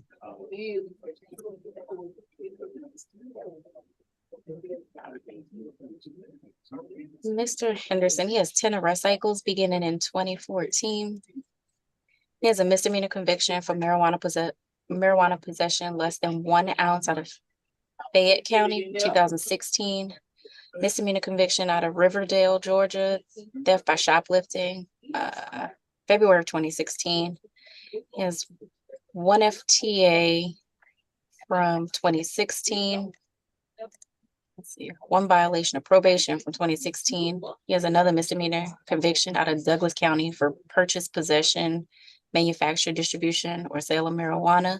That's from October 2019. He has a felony conviction out of Fayette County for possession of a Schedule II controlled substance from October of 2023, where he received 3 years probation on that case. So he is still under sentence on that case. His last arrest was in Fulton County, August 9th of 2023, and that was for homicide by vehicle and second degree, serious injury by vehicle. Well, 2 counts of serious injury by vehicle. And it appears that case, the 2 counts of the serious injury by vehicle was declined by the DA's office.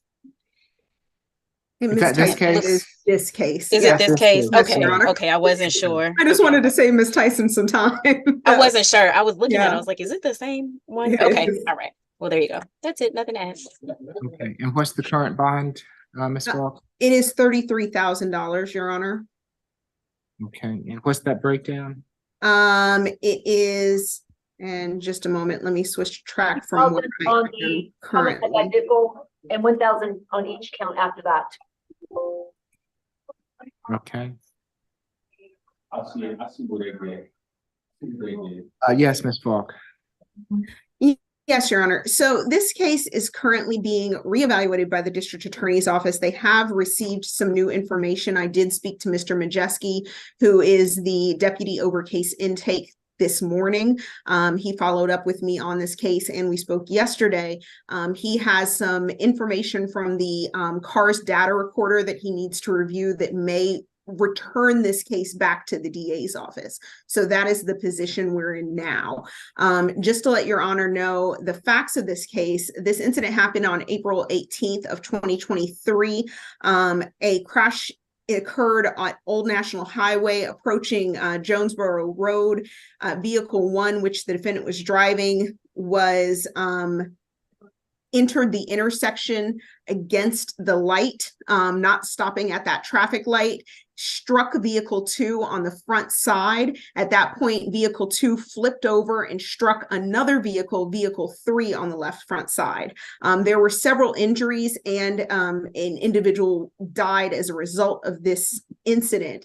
We have spoken to the mother of one of the victims. We've spoken with the victim's mother, Miss Bailey. She stated when we spoke with her that Miss Glover, who is the deceased, was an inspiring model who made her debut on Instagram. She was well loved by her family and friends. She had no children and no spouse, but was survived by 2 sisters. And she was, understandably upset to learn that the case had been transferred. We, however, did let her know that the case is being reevaluated by the District Attorney's Office based on the new information. We also spoke with Kristen Scott George. Miss George, just to let Your Honor know, was in one of the other vehicles with her husband and her 3 children. There were injuries to both her 5-year-old and 9-year-old. They had some of the worst injuries. Miss Kristen Scott George Scott sustained a broken collarbone, spinal cord injuries, has been having nonstop seizures, has had several strokes. She's been in and out of the hospital for the past 3 months since the accident and has a long road to recovery. Her minor child, who was her 5-year-old daughter, suffered lacerations to the stomach, kidney, and head injuries, spent 5 days in the ICU, and the 9-year-old child suffered a head injury and stayed in the hospital for approximately 18 hours. Her husband also suffered abdominal injuries as well. And so there is a number of not only just a deceased individual in this case, but individuals with very significant injuries. Also, something was of concern for the state is the fact that the defendant has prior drug offenses, which did concern the state as well. And so we did, based on the history, based on the injuries, ask the DA's office to look into their decision, at which point they did gather additional information and are reviewing it to see if the case is in fact because the defendant was actually charged with vehicular homicide in the second degree and reckless driving. The reckless driving would have made this a vehicular homicide in the first degree. And so the warrants were very confusing, and the DA's office is reevaluating the case based on this additional information. And so for that reason, we're asking that the bond remain as set, especially due to the significant loss of life and the significant injuries involved and the defendant's prior history. Ms. Falk, do you think that the evaluation by the DA's office will be complete by next Tuesday? I can reach out to the DA's office. Let me just, if Your Honor just doesn't mind me checking. I know he said there is an inspection report missing. Mr. Majeski said he would get it today. And so my hope is that, yes, by next week, we can have a firm answer. I know this has been reset a number of times and the state apologizes for that, but that was because we were waiting on additional information to be turned over to the DA's office that they needed to evaluate to make their final decision. Okay. Yes, Your Honor. I am scared to death that a traffic accident for me or my kids can go wrong. That it's just so scary to see these people go homicides. And I understand what Ms. Falk is saying, but they are accidents. There is no allegation of drugs or alcohol in this case. So, or else they would immediately respond to the DA's office. In addition, usually when they do a accident, they do a vehicular homicide, they usually wait several months to arrest because they do all the inspections. They do get the data report. And so why that has not already been disclosed to the DA's office or to even to the solicitors is not my client's fault. It's been in the possession of the police because they've had the car in custody. And for them to keep delaying it, he's been in jail since August the 9th of 2023 on a case where it was an accident. It was a serious accident. I am not at all, minimizing the damages to people, but it was an accident. And again, no alcohol, no drugs related to it. And for him to sit here for a $30,000 bond for this is serious misdemeanor, but it is still a misdemeanor from a traffic accident. And we are requesting a bond amount of $30,000. Okay. You said August 9th. I have that he's been in jail since August 9th. I have that the incident occurred on April 18th So they can do an investigation before they issue the warrants. Okay. All right. So. And just to clarify, the warrants that were issued were felony warrants, Judge Morrow. It was transferred by the DA's office. However, they are taking a second look at the case based on additional information they've received. Okay. But the warrants that the officer took out were for felonies. Okay. I'm gonna be on that, Ms. Melvin. I'm gonna be on the calendar next Tuesday. So I'm going to give Ms. Falk the opportunity. I'm not saying that I'm not going to consider a bond modification, but I want, if there is a DA transfer, then I'll let, if it is transferred, I'll let them deal with the modification. If they decide not to transfer or don't accept it, then I'm willing to hear a modification next week, okay? Thank you, Your Honor. All right, so let's see. Mr. Henderson, I will see you back before me next Tuesday. All right. Who do we have next? Position 10, Terrell Brown. Judge Morrow, we're trying to figure. We're Good trying morning, to Your figure out Honor. a situation with position number 10. If we can hold off, we're trying to determine if he may bond and the jail is looking into some things with him. So can we come back to him, please, if possible? Okay. Position 33, That's my Monroe. Monroe. Mallory Monroe. That's Mallory Monroe. Let's see, number 33. That's a plea, Your Honor. Okay. Yes, good morning, Mr. Monroe. I'm Judge Eric Morrow. This is the state all-purpose calendar that we're conducting by video. Do you agree to have your case heard by video? Yes, sir. Thank you. Can you raise your right hand for me? Do you swear from the testimony you're about to give before this court be the truth, the whole truth, and nothing but the truth? Sir. Okay, you can put your hand down, Mr. Monroe. Yes, Ms. Fall. Yes, Your Honor. State's recommendation on count one is 12 months probation, serve 36 days, credit for time served 18 days. That would be from November 11th of 2023. We're asking the balance be suspended and that there be a stay away from Best American Inn located at 5021 Old National Highway. Count two would run concurrent with count one, 12 months probation, balance suspended. That is all the state would request the defense stipulate to venue identification and factual basis. We do so stipulate. Anything further, Mr. McLean? Nothing, Your Honor. Thank you. Mr. Monroe, it's my understanding that in case 23 CR 007106Y, you wish to plead guilty to criminal trespass and disorderly conduct. Is that correct? No, sir. Are you under the influence of any drugs or alcohol this morning? No, sir. You've been represented by counsel. Are you satisfied with your counsel's representation? Yes, sir.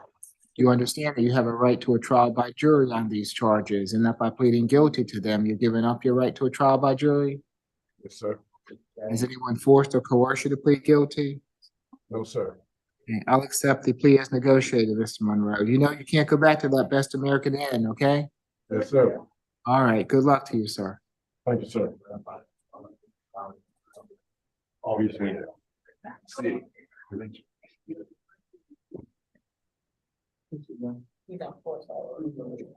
Did you have an opportunity to speak with, We did, Your Honor, and I think he's ready. We're ready. okay? All right. And, Now so, that- I'm sorry, go ahead. tell me his name again. Adrian Lewis, spelled Lewis. Okay.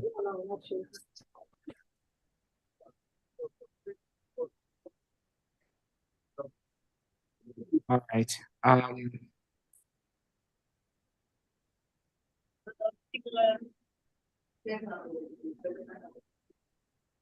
Position 24 on the calendar, Your Honor. Thank you, Ms. Fall. So, the change that the court has made, to the recommendation of the state is instead of the 40 hours of community service, that he will get a mental health evaluation and treatment, okay? Well, Your Honor, what he'd like to do after discussing this further with him, and it's not out of false pride. He says he went through a mental evaluation early this year. He says he passed that. He doesn't feel that he's got any mental problems. He asked the court to switch over to the negotiated plea from the state itself. And he's going to hunker down and get those 40 hours done.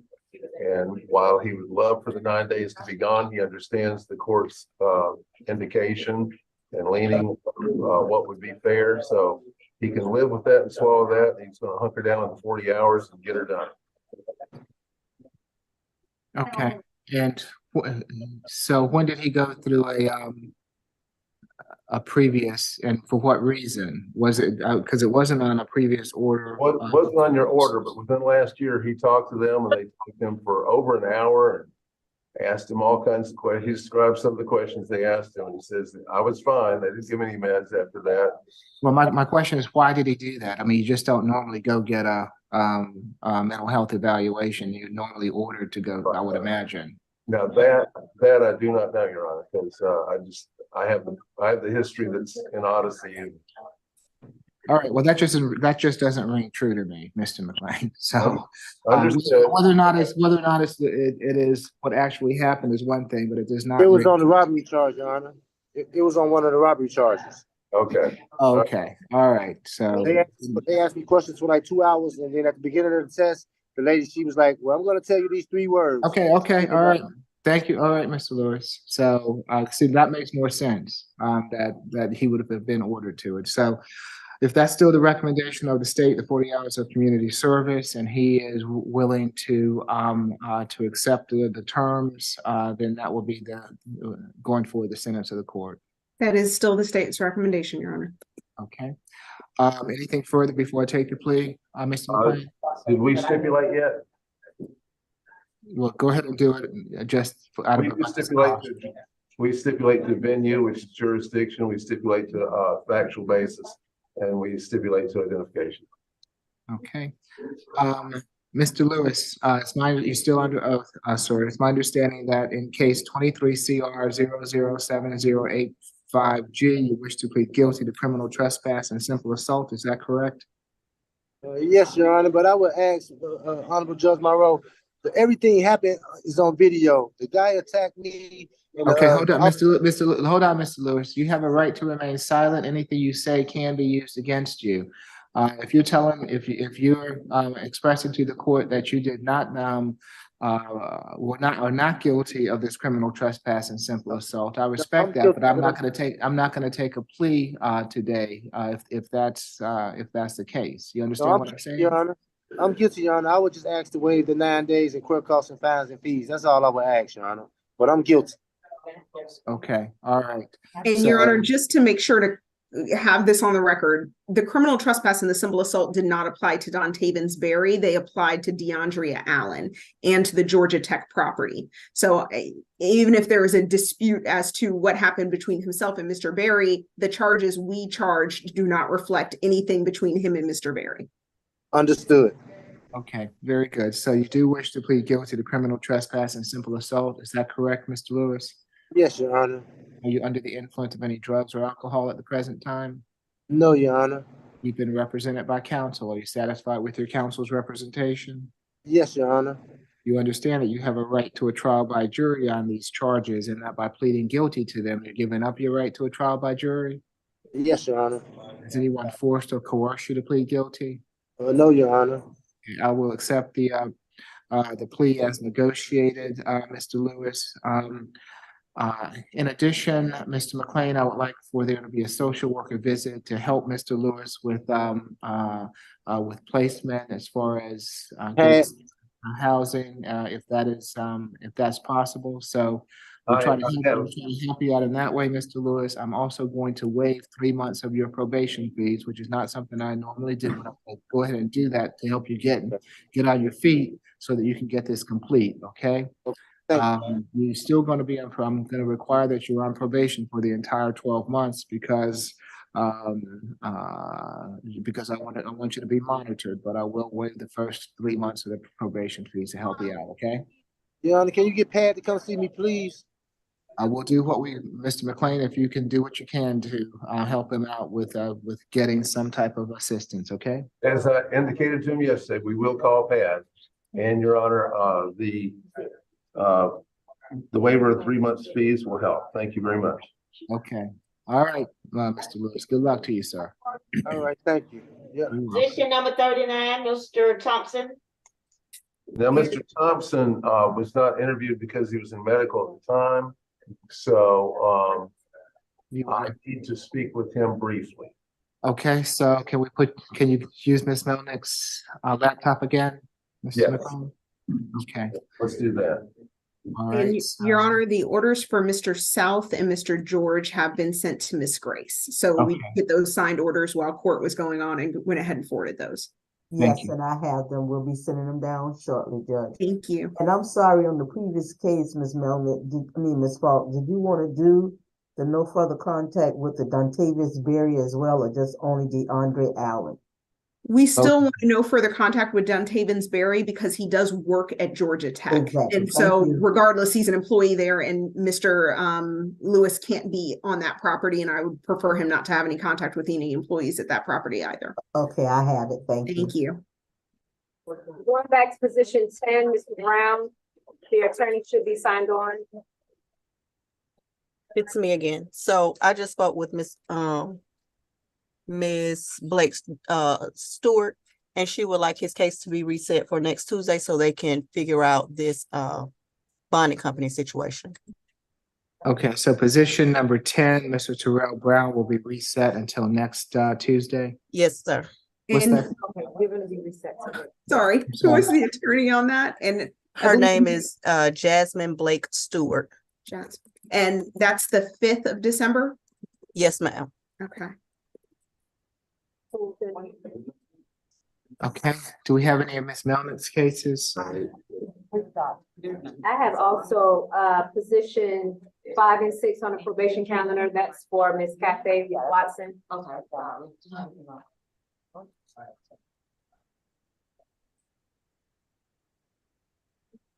Good morning, Your Honor. Yes, good morning, Ms. Watson Cafe. I hope you're doing well. Yeah, yes, thank you. Good. And let's see if we can go ahead and put Mr. McLean in with medical. He's on Ms. Melnick's laptop. I apologize. You said the laptop in medical? Yes, Ms. Melnick's laptop and medical, please. All right, and tell me who this is on the probation calendar again. I'm sorry. This is. My understanding, Terry Harris. Oh, sorry. This is who? I'm sorry. Positions 5 and 6, Terry Harris. Oh, okay. All right. Good morning, Mr. Harris. I'm Judge Eric Morrow. This is the probation revocation calendar that we're conducting by video. Do you agree to have your case heard by video? Yes, Your Honor. Thank you. Yes, Officer Harris. Yes, Miss Judge, Mr. Harris. Mr. Harris was the one that I stated that we was going to take it back before Judge Richardson on a revocation hearing because of the victim contacted our office. Right. So they're gonna, Ms. Watson Cafe, he's gonna be reset to Judge Richardson's calendar since Judge Richardson wants to see him. Okay. Okay. All right, so you'll be seen by Judge Richardson, Mr. Harris. When would that be? Your I'll be. We don't have a date yet, Mr. Harris, but I'll be in touch with you. I'll talk to you more. All right. All right, have a good day, sir. Thank you. May I be excused, Your Honor? Yes, thank you, Ms. Watson Cafe. We appreciate you being here. Thank you, Your Honor.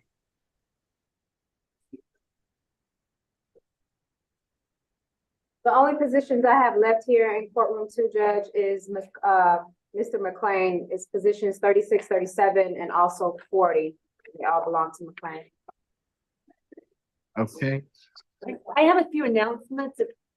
Okay. Okay, position 1 and 2, we asked for 1 week reset to speak to the social worker. All right, so DeMarcus Allen will be reset till next Tuesday, which is what, 12/5? Right. Yes, Your Honor. Okay. So position number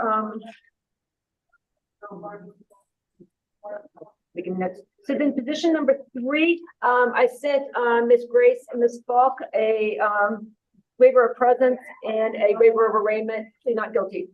We asked them not to be brought in.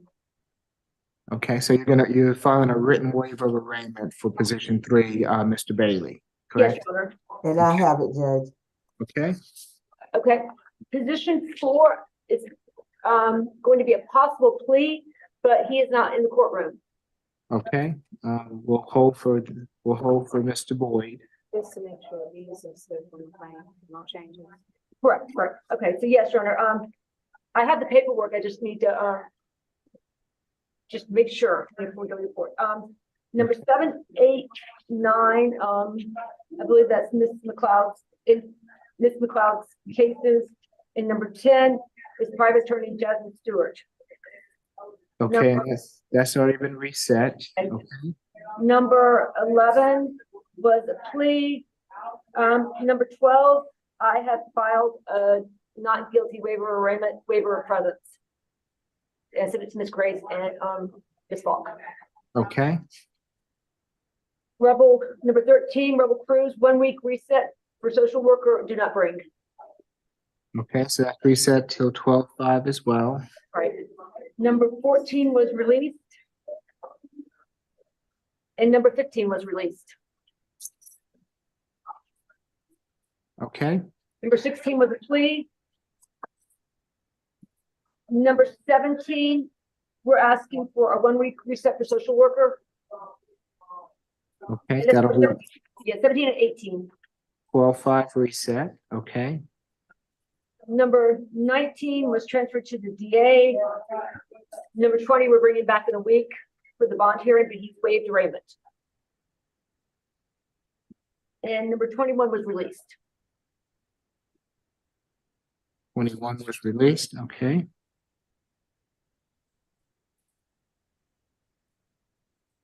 And the rest of the cases are Mr. McLean's? Yes, I do know, just going down, number, 23 was released. Right. Number 28 and 29, 30, 31, 32, I believe they were requesting a half a week, maybe reset to consult with felony attorney. Okay, I'm gonna reset that from my calendar. Okay, perfect. Thank you. On 5. Okay. Okay, I'm sorry. Let me, we're going a little fast and I'm sorry. typing as quickly as I can. Okay. Which was the last announcement about a reset? You need to writing it old school, old school. Position 28, Okay. 29, 30, 31, Okay, got it. 32. Okay, So all the McGahee cases. correct. All right. Okay. I have number 35 with Norcross.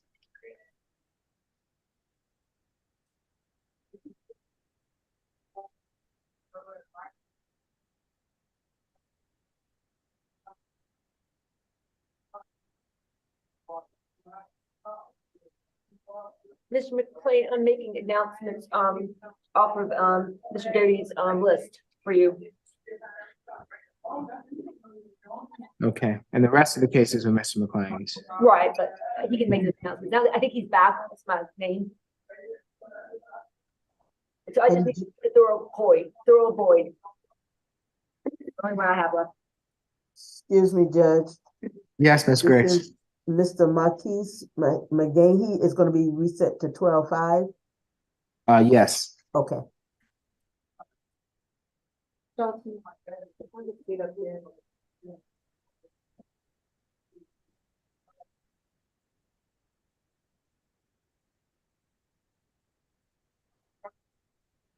I have position 1 and 2 whenever we're ready.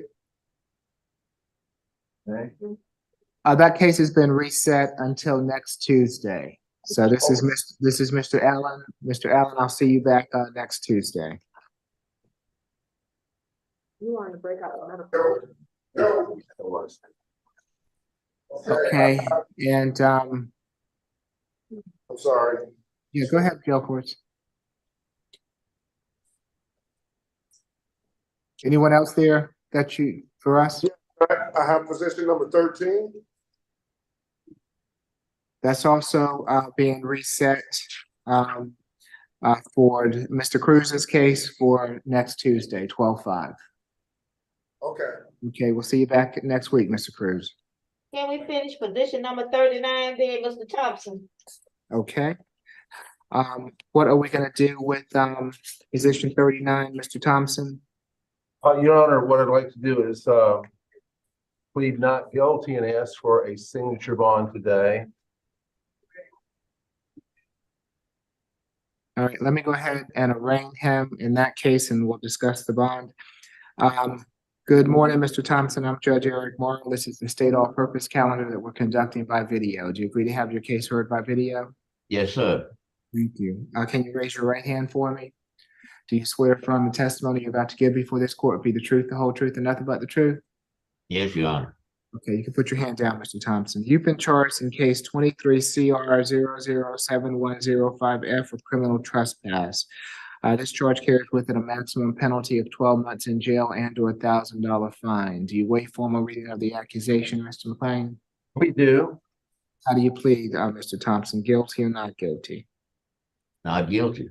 Okay, we'll record your not guilty plea. Your case will be returned to the division judge and you'll get notification of your next hearing date.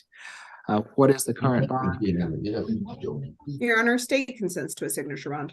Okay, tell me what the current bond is, anyway, Ms. Falk. Yes, Your Honor. I believe the current bond, just let me take a look, is set at a $1,000 surety bond. Okay, so we will change that to a $1,000 signature bond through the jail. Are there any conditions? Stay away from the McDonald's located at 834 Cleveland Avenue, East Point, Georgia. Okay, so Mr. McLean, if you'll get that to the court, the modification, we'll get it signed and entered. I'll do All right, that. Mr. Thompson, you're gonna get a signature bond. Okay? You have a good day, sir. All right, thank you, sir. You're welcome. Position 36 and 37 Shelton. Okay. Also a non-negotiated plea. Yes, Your Honor, that is. Good morning, Mr. Shelton. I'm Judge Eric Morrow. This is the state all-purpose calendar that we're conducting by video. Do you agree to have your case heard by video? Yes, sir. Can you raise your right hand for me? Do you swear or affirm the testimony you're about to give before this court be the truth, the whole truth, and nothing but the truth? Yes, sir. No. All right, you can put your hand down. Thank you. May I get Mr. Shelton's history, please? Ms. Tyson.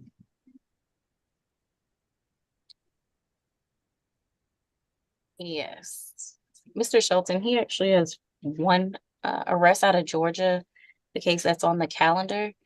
He has 27 arrest cycles out of Florida beginning in 1996. He does have, let's see, a felony conviction out of a 10-year period for grand theft of a motor vehicle. That's from 1996. He has a burglary from 1999.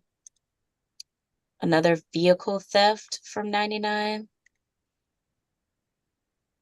Burglary and resisting officer, also from 1999. He has a misdemeanor battery from 2002. Another felony conviction for sale of cocaine with intent to distribute, and that is from 2002. He has an ag battery from 2003. And another sale of cocaine within a school zone from 2003, along with sale of marijuana within a school zone. He has another misdemeanor battery, and that's from 2007. And his last arrest in Florida was February 20th of 2023. And that was for battery, and it looks like 2 moving traffic violations. No dispositions listed on the GCIC. Let's see, a moment, one thing. Nothing to add, Your Honor. And Your Honor, just to fill in some additional information, both the 2002 and 2007 convictions for battery involved domestic violence, according to the NCIC. Additionally, the defendant had a 2006 domestic violence battery that was dismissed in October of 2006. So that kind of informs the background of what we were dealing with, as well as that aggravated battery conviction.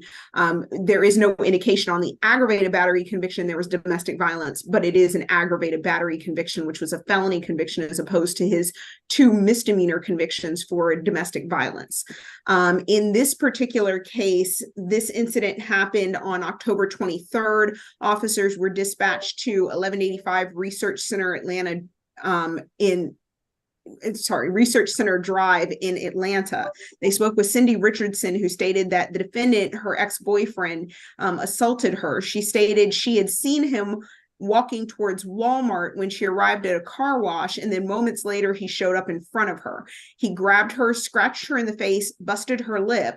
Officers did witness several bruises on Miss Richardson's face, and also the car wash had video that showed what took place. The officers watched the video and observed the defendant grabbing Miss Richardson's face as he bent down inside of the car, striking her. Ms. Richardson also informed the officer there was a court order in place to be separate, and they had court the following day.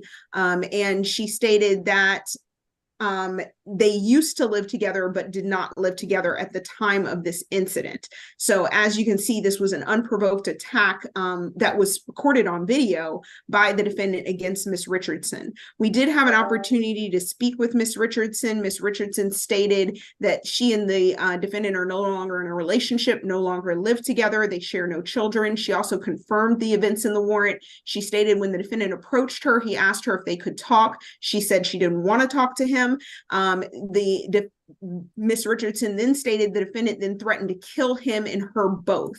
I do want to point out that the defendant had a previous case that is 23 CR 003551B, where as a part of that case, he was ordered to have no further contact with Miss Richardson. She stated ever since that the defendant had been contacting her, asking her what she was going to do, and implying to her not to go forward with the charges.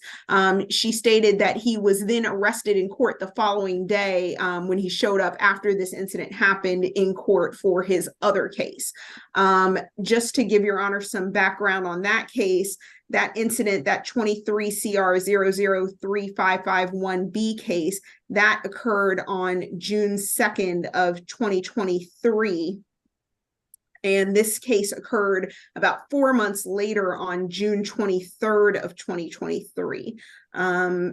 So there are two family violence battery cases that we're addressing here today, both involving Miss Richardson.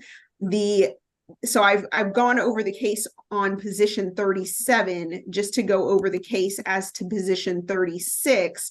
And my apologies for going out of order. That case involved, again, the defendant and Miss Richardson. It happened on June 2nd of 2023. In that case, according to the police report, on that date, let me just that up. On that date, the officers reported that they were dispatched to 901 Bolton Road in reference to a dispute call. They spoke with Miss Cindy Richardson, who had visible injuries to her face. She stated she was in a verbal argument with the defendant, who at the time was living with her and was her boyfriend. He then grabbed her by the face, pushing her with the palm of his hand and scratched her with his nails. She did sustain injuries from that incident, which was recorded by the officer's body-worn camera. And so there is not only a history of violence here, there is a blatant disregard for the original bond conditions, which stated that the defendant was to have absolutely no contact with Miss Richardson. And after those bond conditions were put in place, not even 4 months later, the defendant then attacked Miss Richardson in public, where it could be recorded on video. In that case, the first case, Your Honor, the defendant received a $2,000 surety bond with a no further contact with Cindy Richardson, and that was ordered by Judge Melanie Williams on June 3rd, 2023. So what we have here is not only a previous history of convictions for family violence, a current case where there has been a blatant disregard for a court's order, but also a conviction for aggravated battery, which just, Your Honor, gives a picture of a very violent history. That is the reason for the state's offer on case number 1. The state's offer was 12 months on position 36, 12 months, served 90 days, credit for time served 2 days, which was from June 3rd to June 4th, balance suspended, no further contact with Cindy Richardson, stay away from 1185 Research Center Drive, Atlanta, no firearms. On case number 2, the state was asking for 12 months probation, serve 120 days, credit for time served 36 days from October 24th of 2023, balance probated, no further contact with Cindy Richardson, stay away from 1185 Research Center Drive, Atlanta, family violence intervention program, 40 hours of community service, and no firearms. And again, we would like to also add, and I omitted this on the original announcements, a stay away from 901 Bolton Road, which was the initial address of the first event.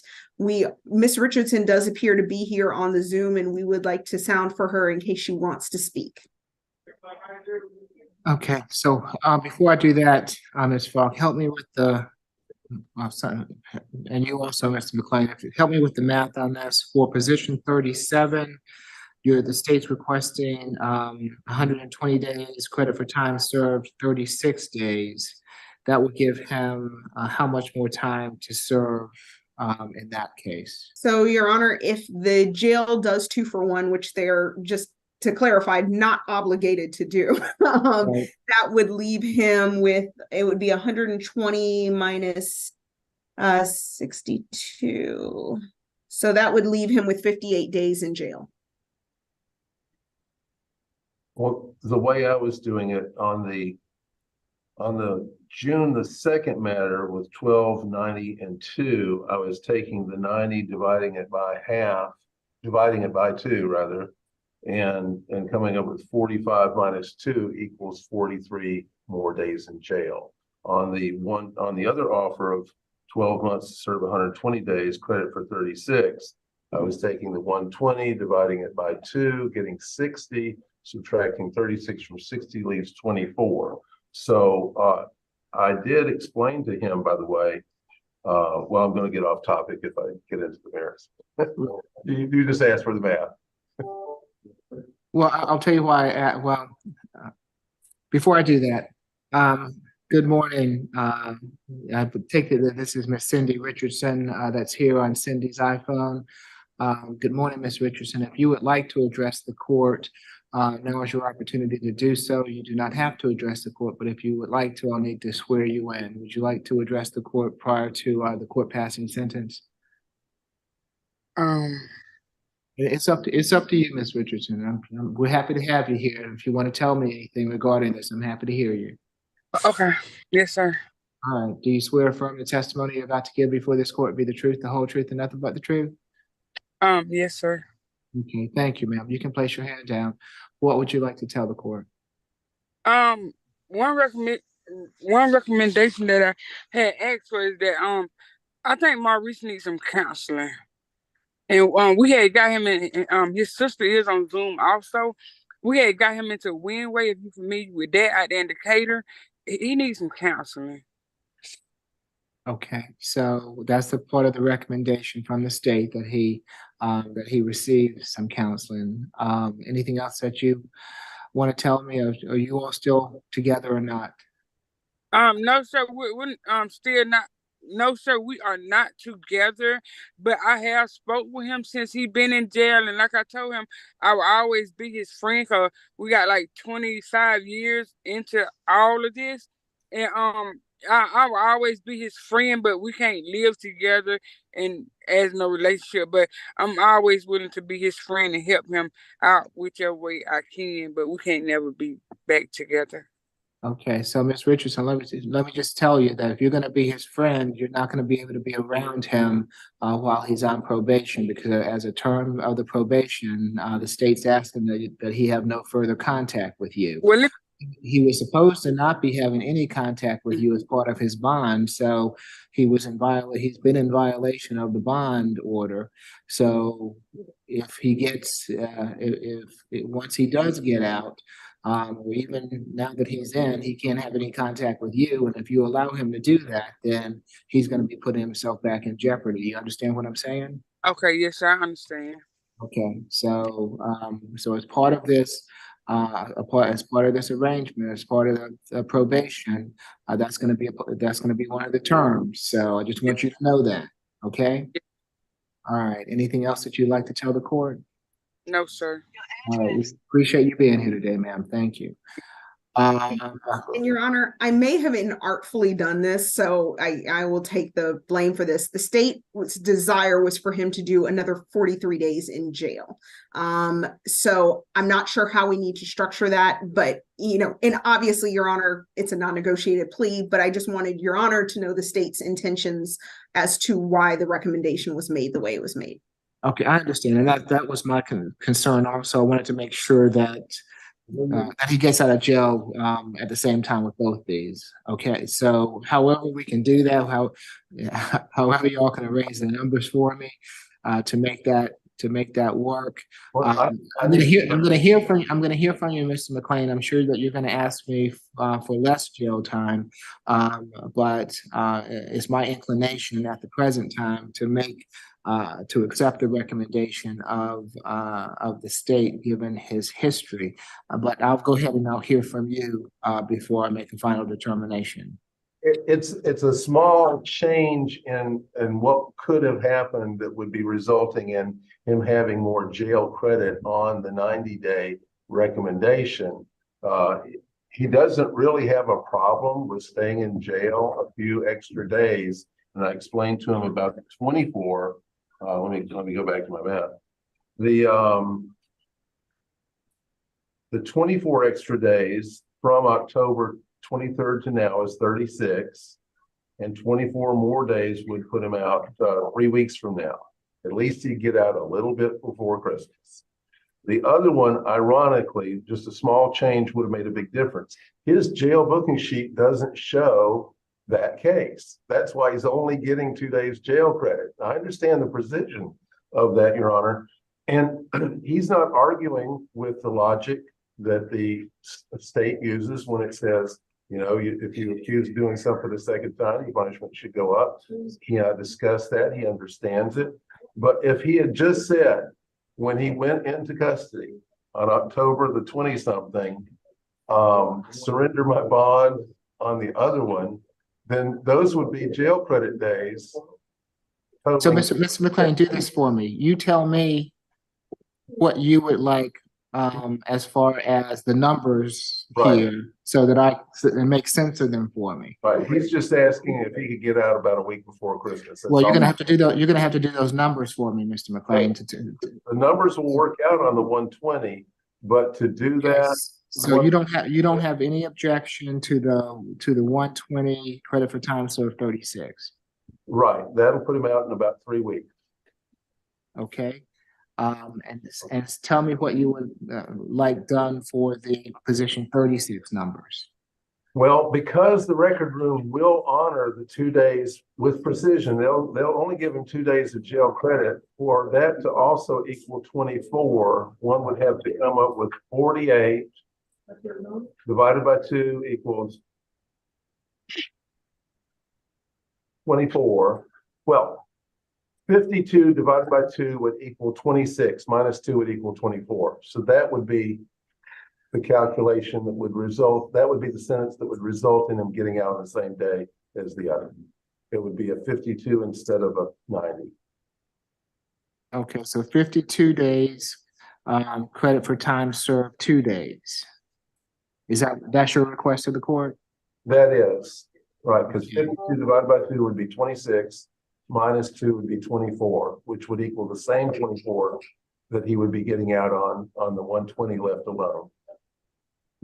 Okay, so you're agreeing to the 120, case 37, 120 credit for time served 36. You're requesting on position 36, 52 credit for time served 2 days. Is that my understanding? Yes, Your Honor. Now, Ms. Falk, any objection to that? Yes, from the state's perspective, we are asking that on the second case, it increase to 158 days, and that would then make the release time equal as to both cases, which would again give the state the 43 extra days we are requesting.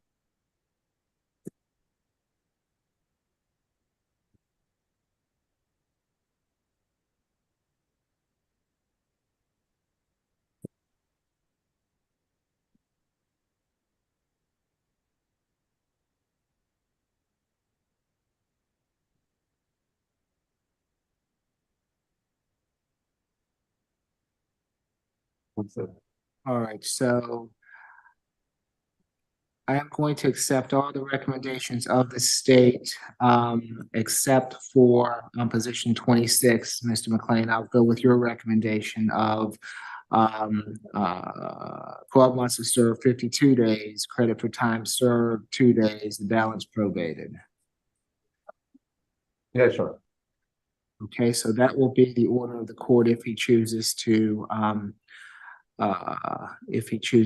enter into a plea. He does.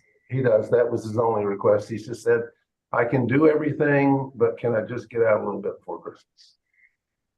Okay. Anything further, Ms. Falk? Yes, Your Honor, just to clarify, you said you were accepting the recommendation as to the state's position 37. The state's recommendation of position 37 was 158 days, as I just stated. Yes, but your initial recommendation was 120 days. I have on the sheet before me. And I understand the state's modification of that recommendation was based on our request on position 36. So essentially, Your Honor is, and granted, because it was non-negotiated, at this point, the state can change their recommendation since it is a non-negotiated plea. So Your Honor is rejecting both the recommendation as to the jail time that we modified on position 37 and on 36. Yes. Okay. The state did place in the chat to Miss Grace the Miss Richardson's new address, and we would like to just state our objection on the record based on his history. We are asking for additional jail time over and above what Your Honor is going to already enter as part of this plea. Okay, very good. Let's see. Anything else from anyone before I take the plea? There was one other point. 901 Bolton is where he lives. She doesn't live there, and it shouldn't be a problem. Right. The state did enter the new address and place it in the chat to Miss Grace. The new stay away address. We have placed that in the chat for Miss Grace so that address can be modified. We did receive that information from Miss Richardson. Whatever that address is, he can stay away from it because I'll inform him later of what it is, and he'll stay away. So staying away from the research center address and the one you placed in the chat, Ms. Falk. Yes, Fairburn Road. Thank you. Okay. And sorry, Judge, the first case, Ms. Falk, you got valid suspended because there is no conditions. So is that still standing as well?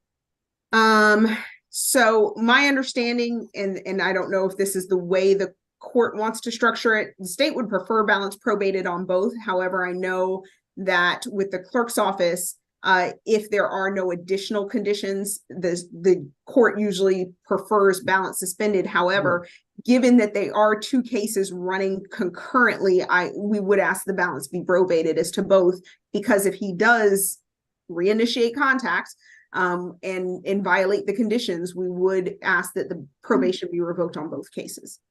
Okay, I'm going to have it balance probated on the first case as well, given that they're running concurrent. Okay, he understands that, Mr. McLean? Yes, Your Honor. Okay, anything further before I take the plea? Nothing. All right, let's see. Mr. Shelton, it is my understanding that in case 23 CR 003551B, you wish to plead guilty to battery family violence, and in case 23 CR 006663B, you wish to plead guilty to battery family violence. Is that correct? Is that a yes? Yes, sir.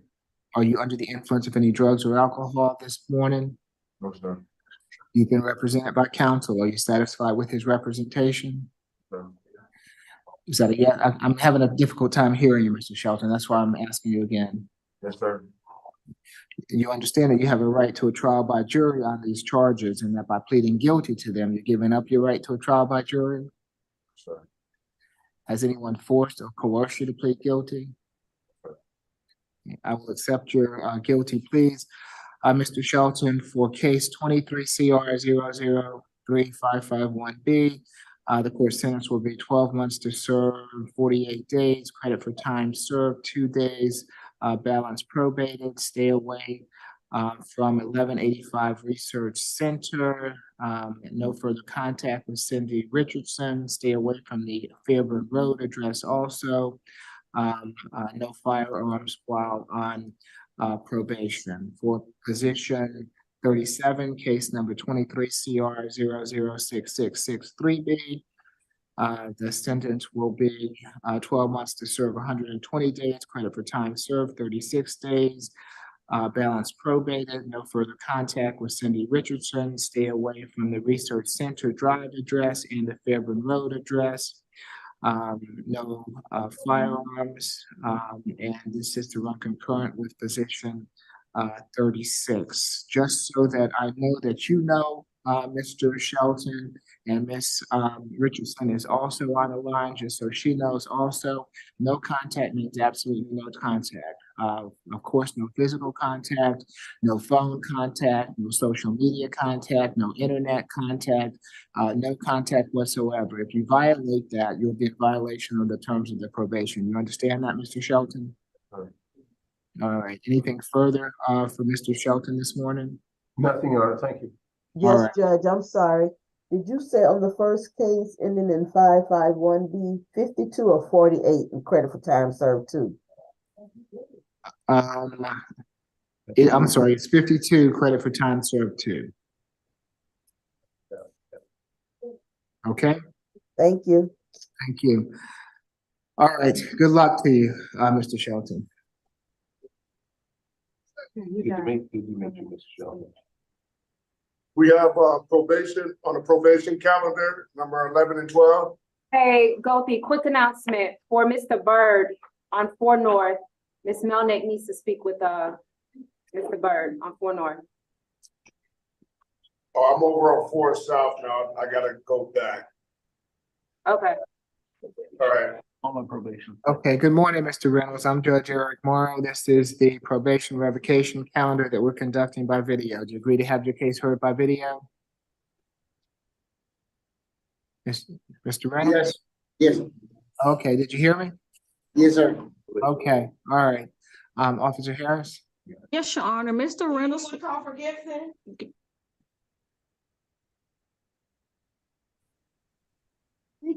Yes, Your Honor, my apologies. Mr. Reynolds was sentenced on September the 1st of 2022 to 12 months to complete a shoplifting course. As of today, Mr. Reynolds has not completed that class. He missed a prior hearing with Judge Edie on June the 20th of this year. He has 53 days remaining. Probation recommendation is to give him credit for time served and to close his case. Any objection, Mr. McLean? No objection. All right, time served, Mr. Reynolds. Good luck to you, sir. Yes, sir. All right, I'm gonna head back over to 4 North for Mr. Byrd. Okay, thank you. Position 40, Mr. Todd.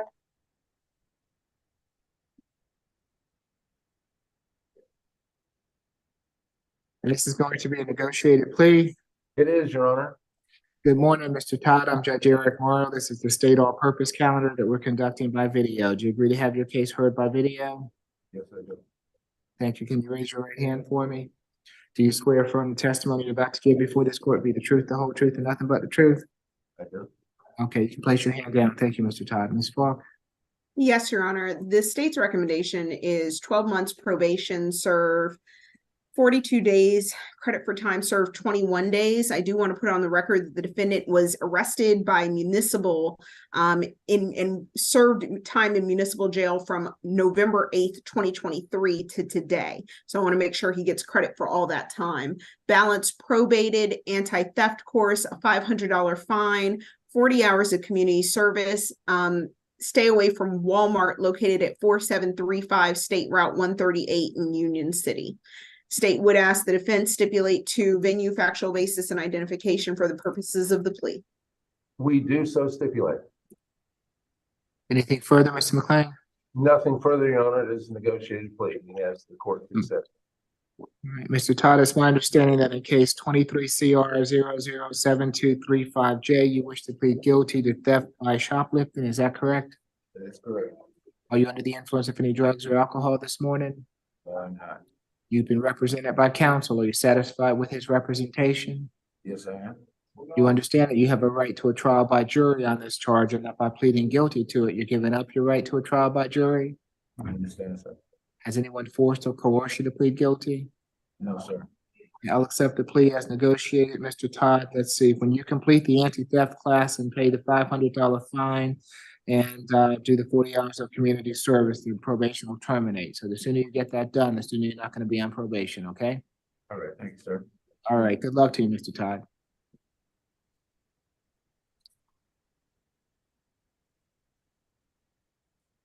Who do we have next? Mr. Woodard, probation 15 and number 16. Good morning, Mr. Woodard. I'm Judge Eric Morrow. This is the probation revocation calendar that we're conducting by video. Do you agree to have your case heard by video? Sure. Thank you, sir. Good. Yes, Officer Harris. Yes, Your Honor. Mr. Woodard was sentenced on March the 16th of this year to 12 months to complete a shoplifting course.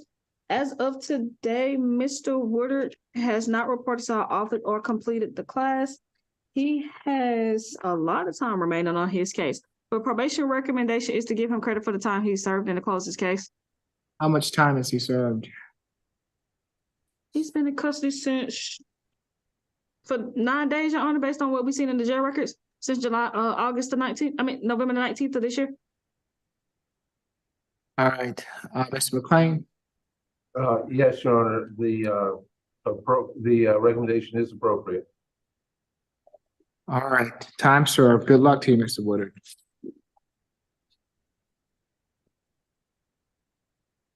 That you complete your cases this morning, Officer Harris? It is, Your Honor. May I be excused? Yes, have a good day. As soon as you get, Mr. McLean, I sent you over Mr. Williams' petition, earlier today. Mr. Owens, Mr. Owen Williams, I just sent you his petition earlier today. Okay, very good. We'll get that Xerox, printed out, signed and returned. And as soon as I get everything, Judge, I'll send it right over to you. all right, and I'll get it right back to you, Officer Harris. You have a good rest of your day. You too. Thank you. Let's see, while we're waiting, who's gonna, this, on the, DB bench warrant case, who's representing Beyond Green? I spoke to him on the phone, Your Honor. I'd be glad to represent him today. Okay, is Mr. Green on the line? Let's see. He was aware. Okay, I'm just, if it's 11:26, so, I'll give him till we complete the, SAP calendar to show up if he wants, consideration.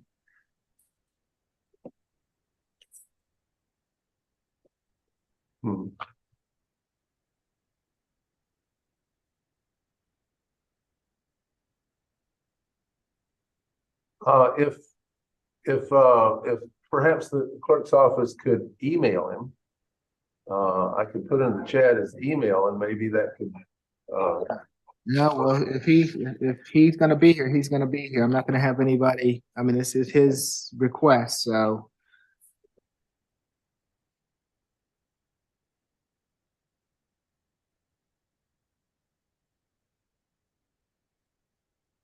Your Honor, as soon as I get if I could just have like a 3-minute capsule of time, I'll grab a phone number and try to call the number that I reached him at before. Okay. Let's see, we have 2 more cases.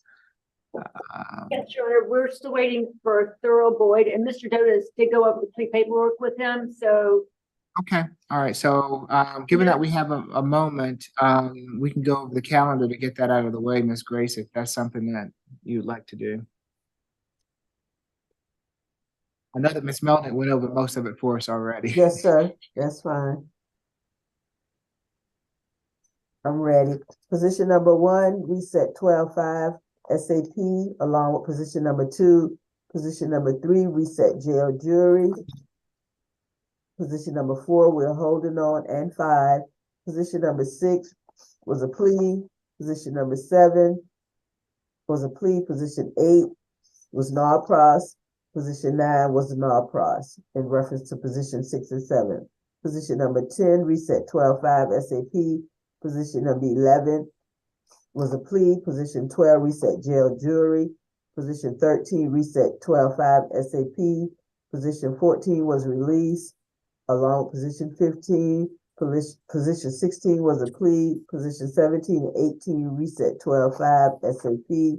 Position 19 was transferred to Superior Court. Position 20, reset 12-5 SAP. Position 21, reset further notice.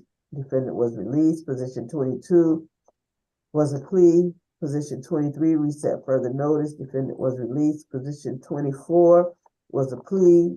Position 25, 26, 27, 28, 29, 30, and 31. And 32, reset 12-5 SAP. Position 30.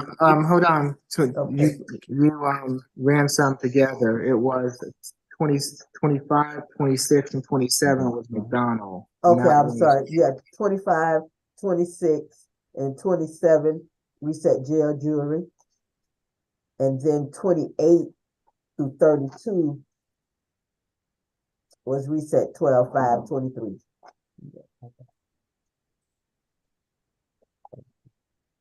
Position number 34. 33 was a plea. 34 was a plea.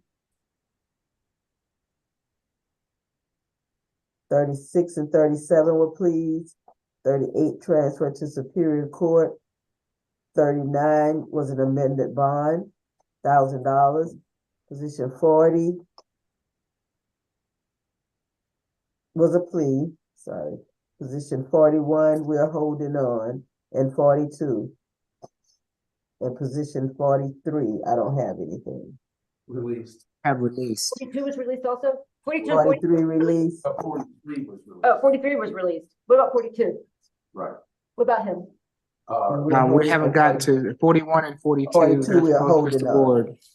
I have him right here in medical, Mr. Ward. Okay, so why don't we go ahead and do Mr. Ward now? Okay. Then this is going to be a negotiated plea, is that correct? Your Honor, I believe it is. We had an unusual communication, which I will not go into in great detail to avoid wasting the court's time. But I understand that he wishes to take the negotiated plea as offered. Okay, thank you. Appreciate it. Okay, good morning, Mr. Ward. I'm Judge Eric Morrow. This is the state all-purpose calendar that we're conducting by video. Do you agree to have your case heard by video?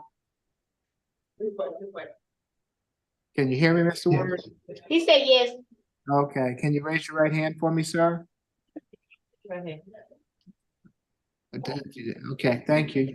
Do you swear or affirm the testimony you're about to give before this court be the truth, the whole truth, and nothing but the truth? Yes. All right. Yes, Ms. Falk. Yes, Your Honor. State's recommendation is 12 months served, 48 days, credit for time served, 24 days.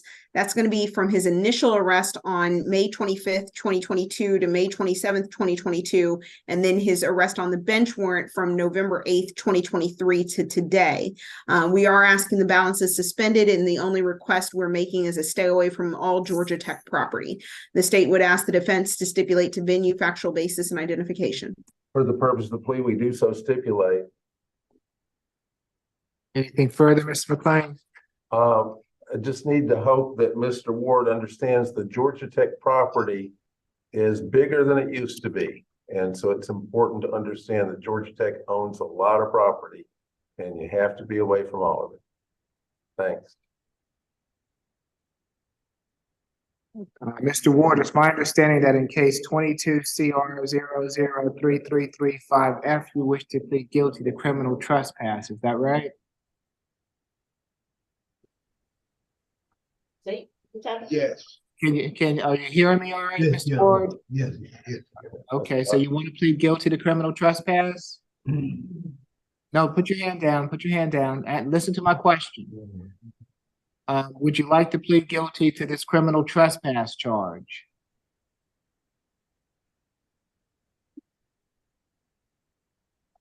Mr. McLean, I'm not sure if he's understanding my questioning, which makes the court uncomfortable.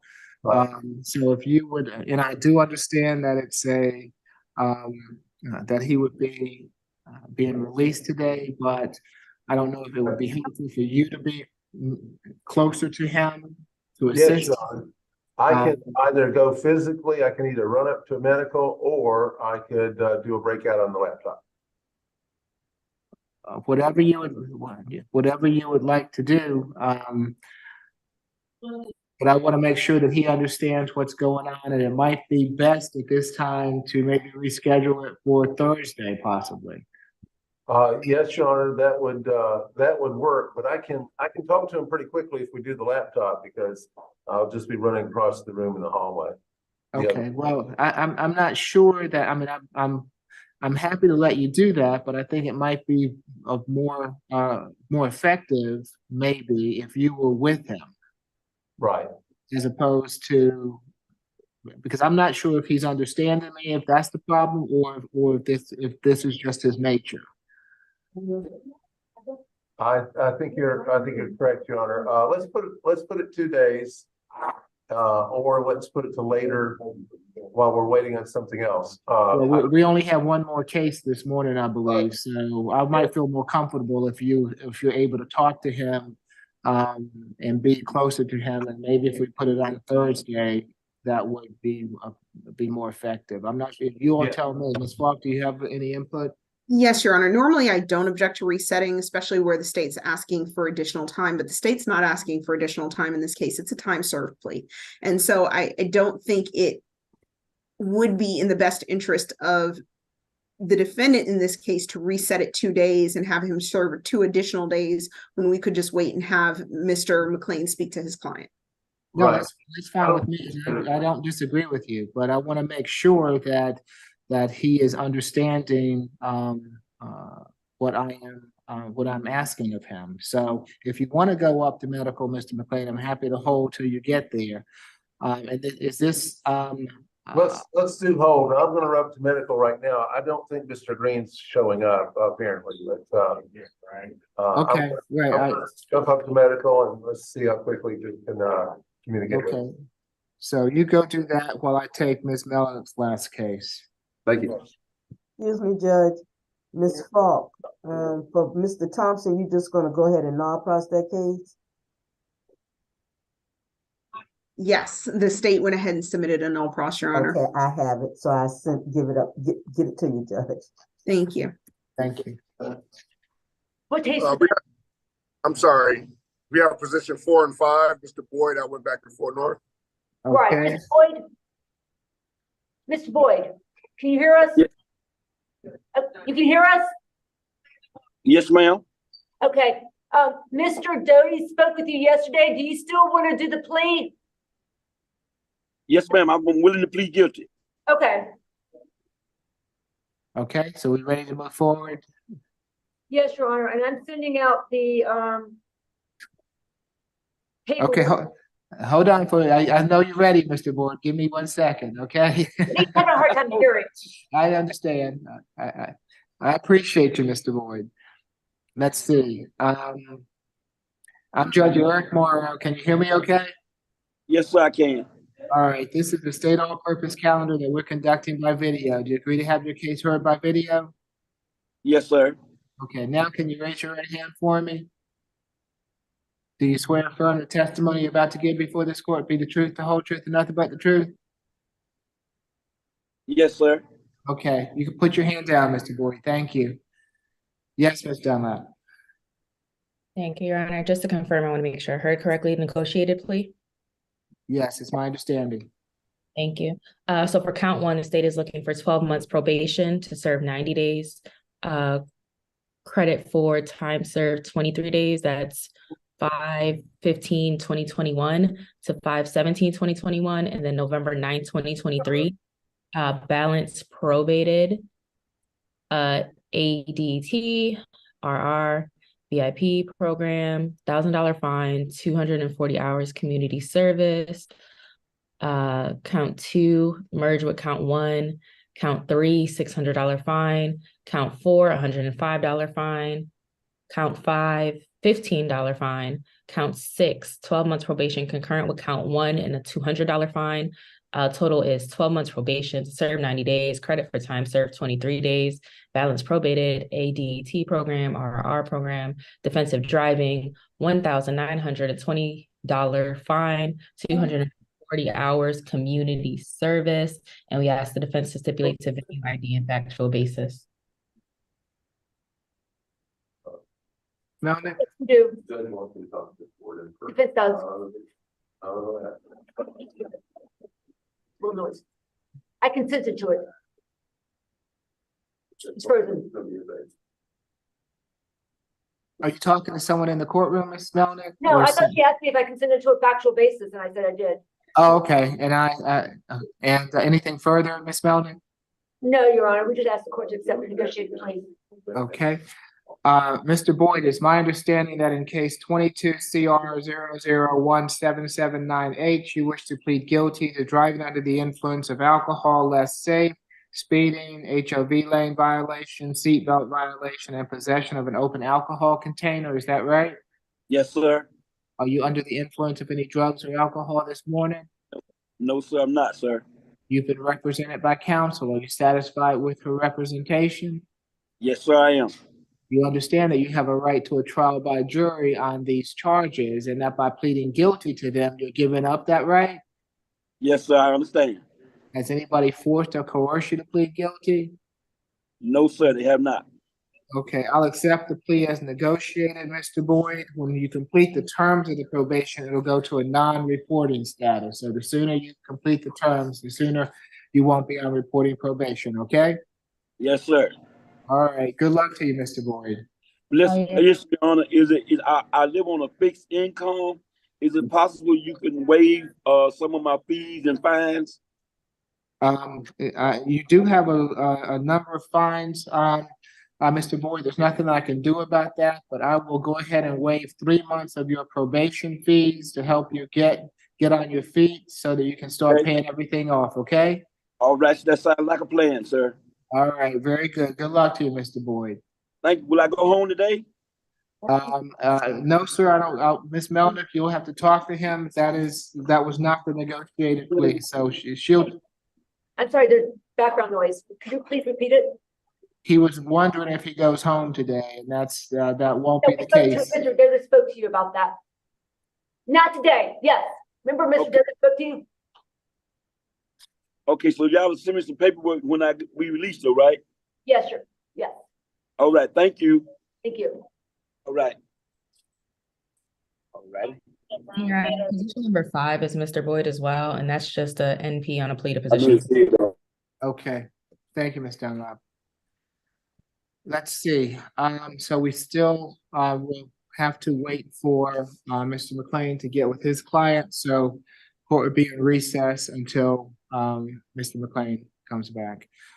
Ms. Grace, if you have any other paperwork, I have some down here that's signed. If you have anything further, you'll get it to me, I'll get it signed. Ms. Grace, can I just ask you also what happened on? What position was it? Did Mr. McLean leave the courtroom yet? We were waiting up here, Melvin, he never showed up. He's walking up there.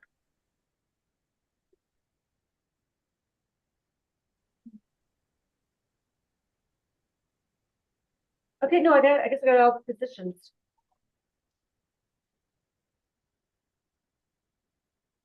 Okay, I got it all.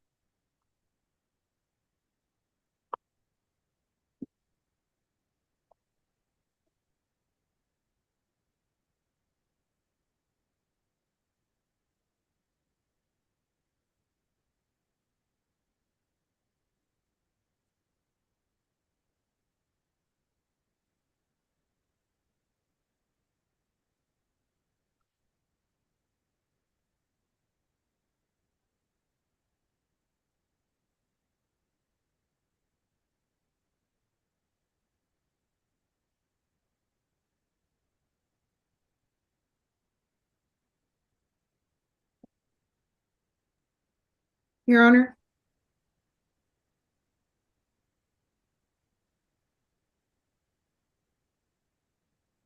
Judge Morrow.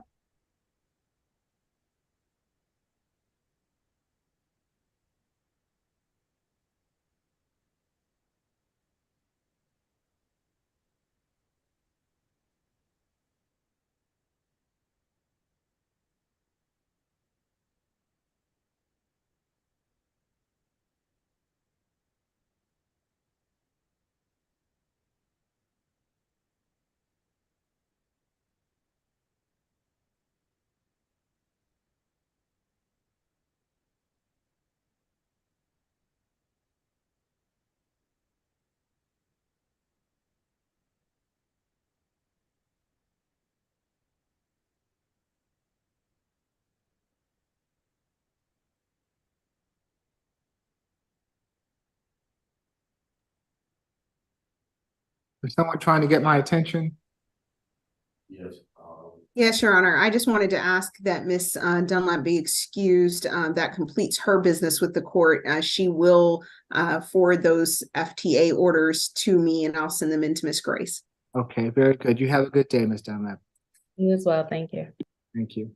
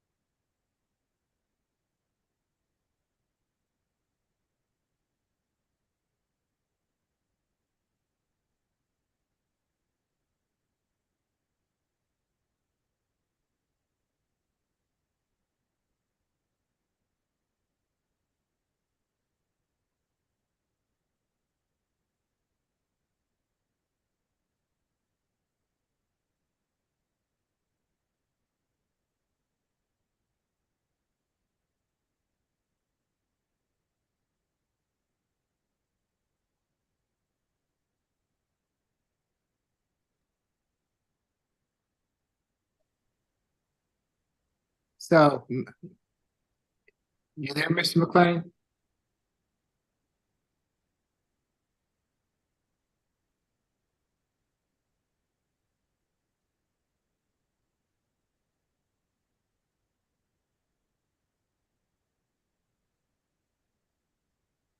I'm not sure if you all can hear me or not, Mr. McLean. Medical's still on mute.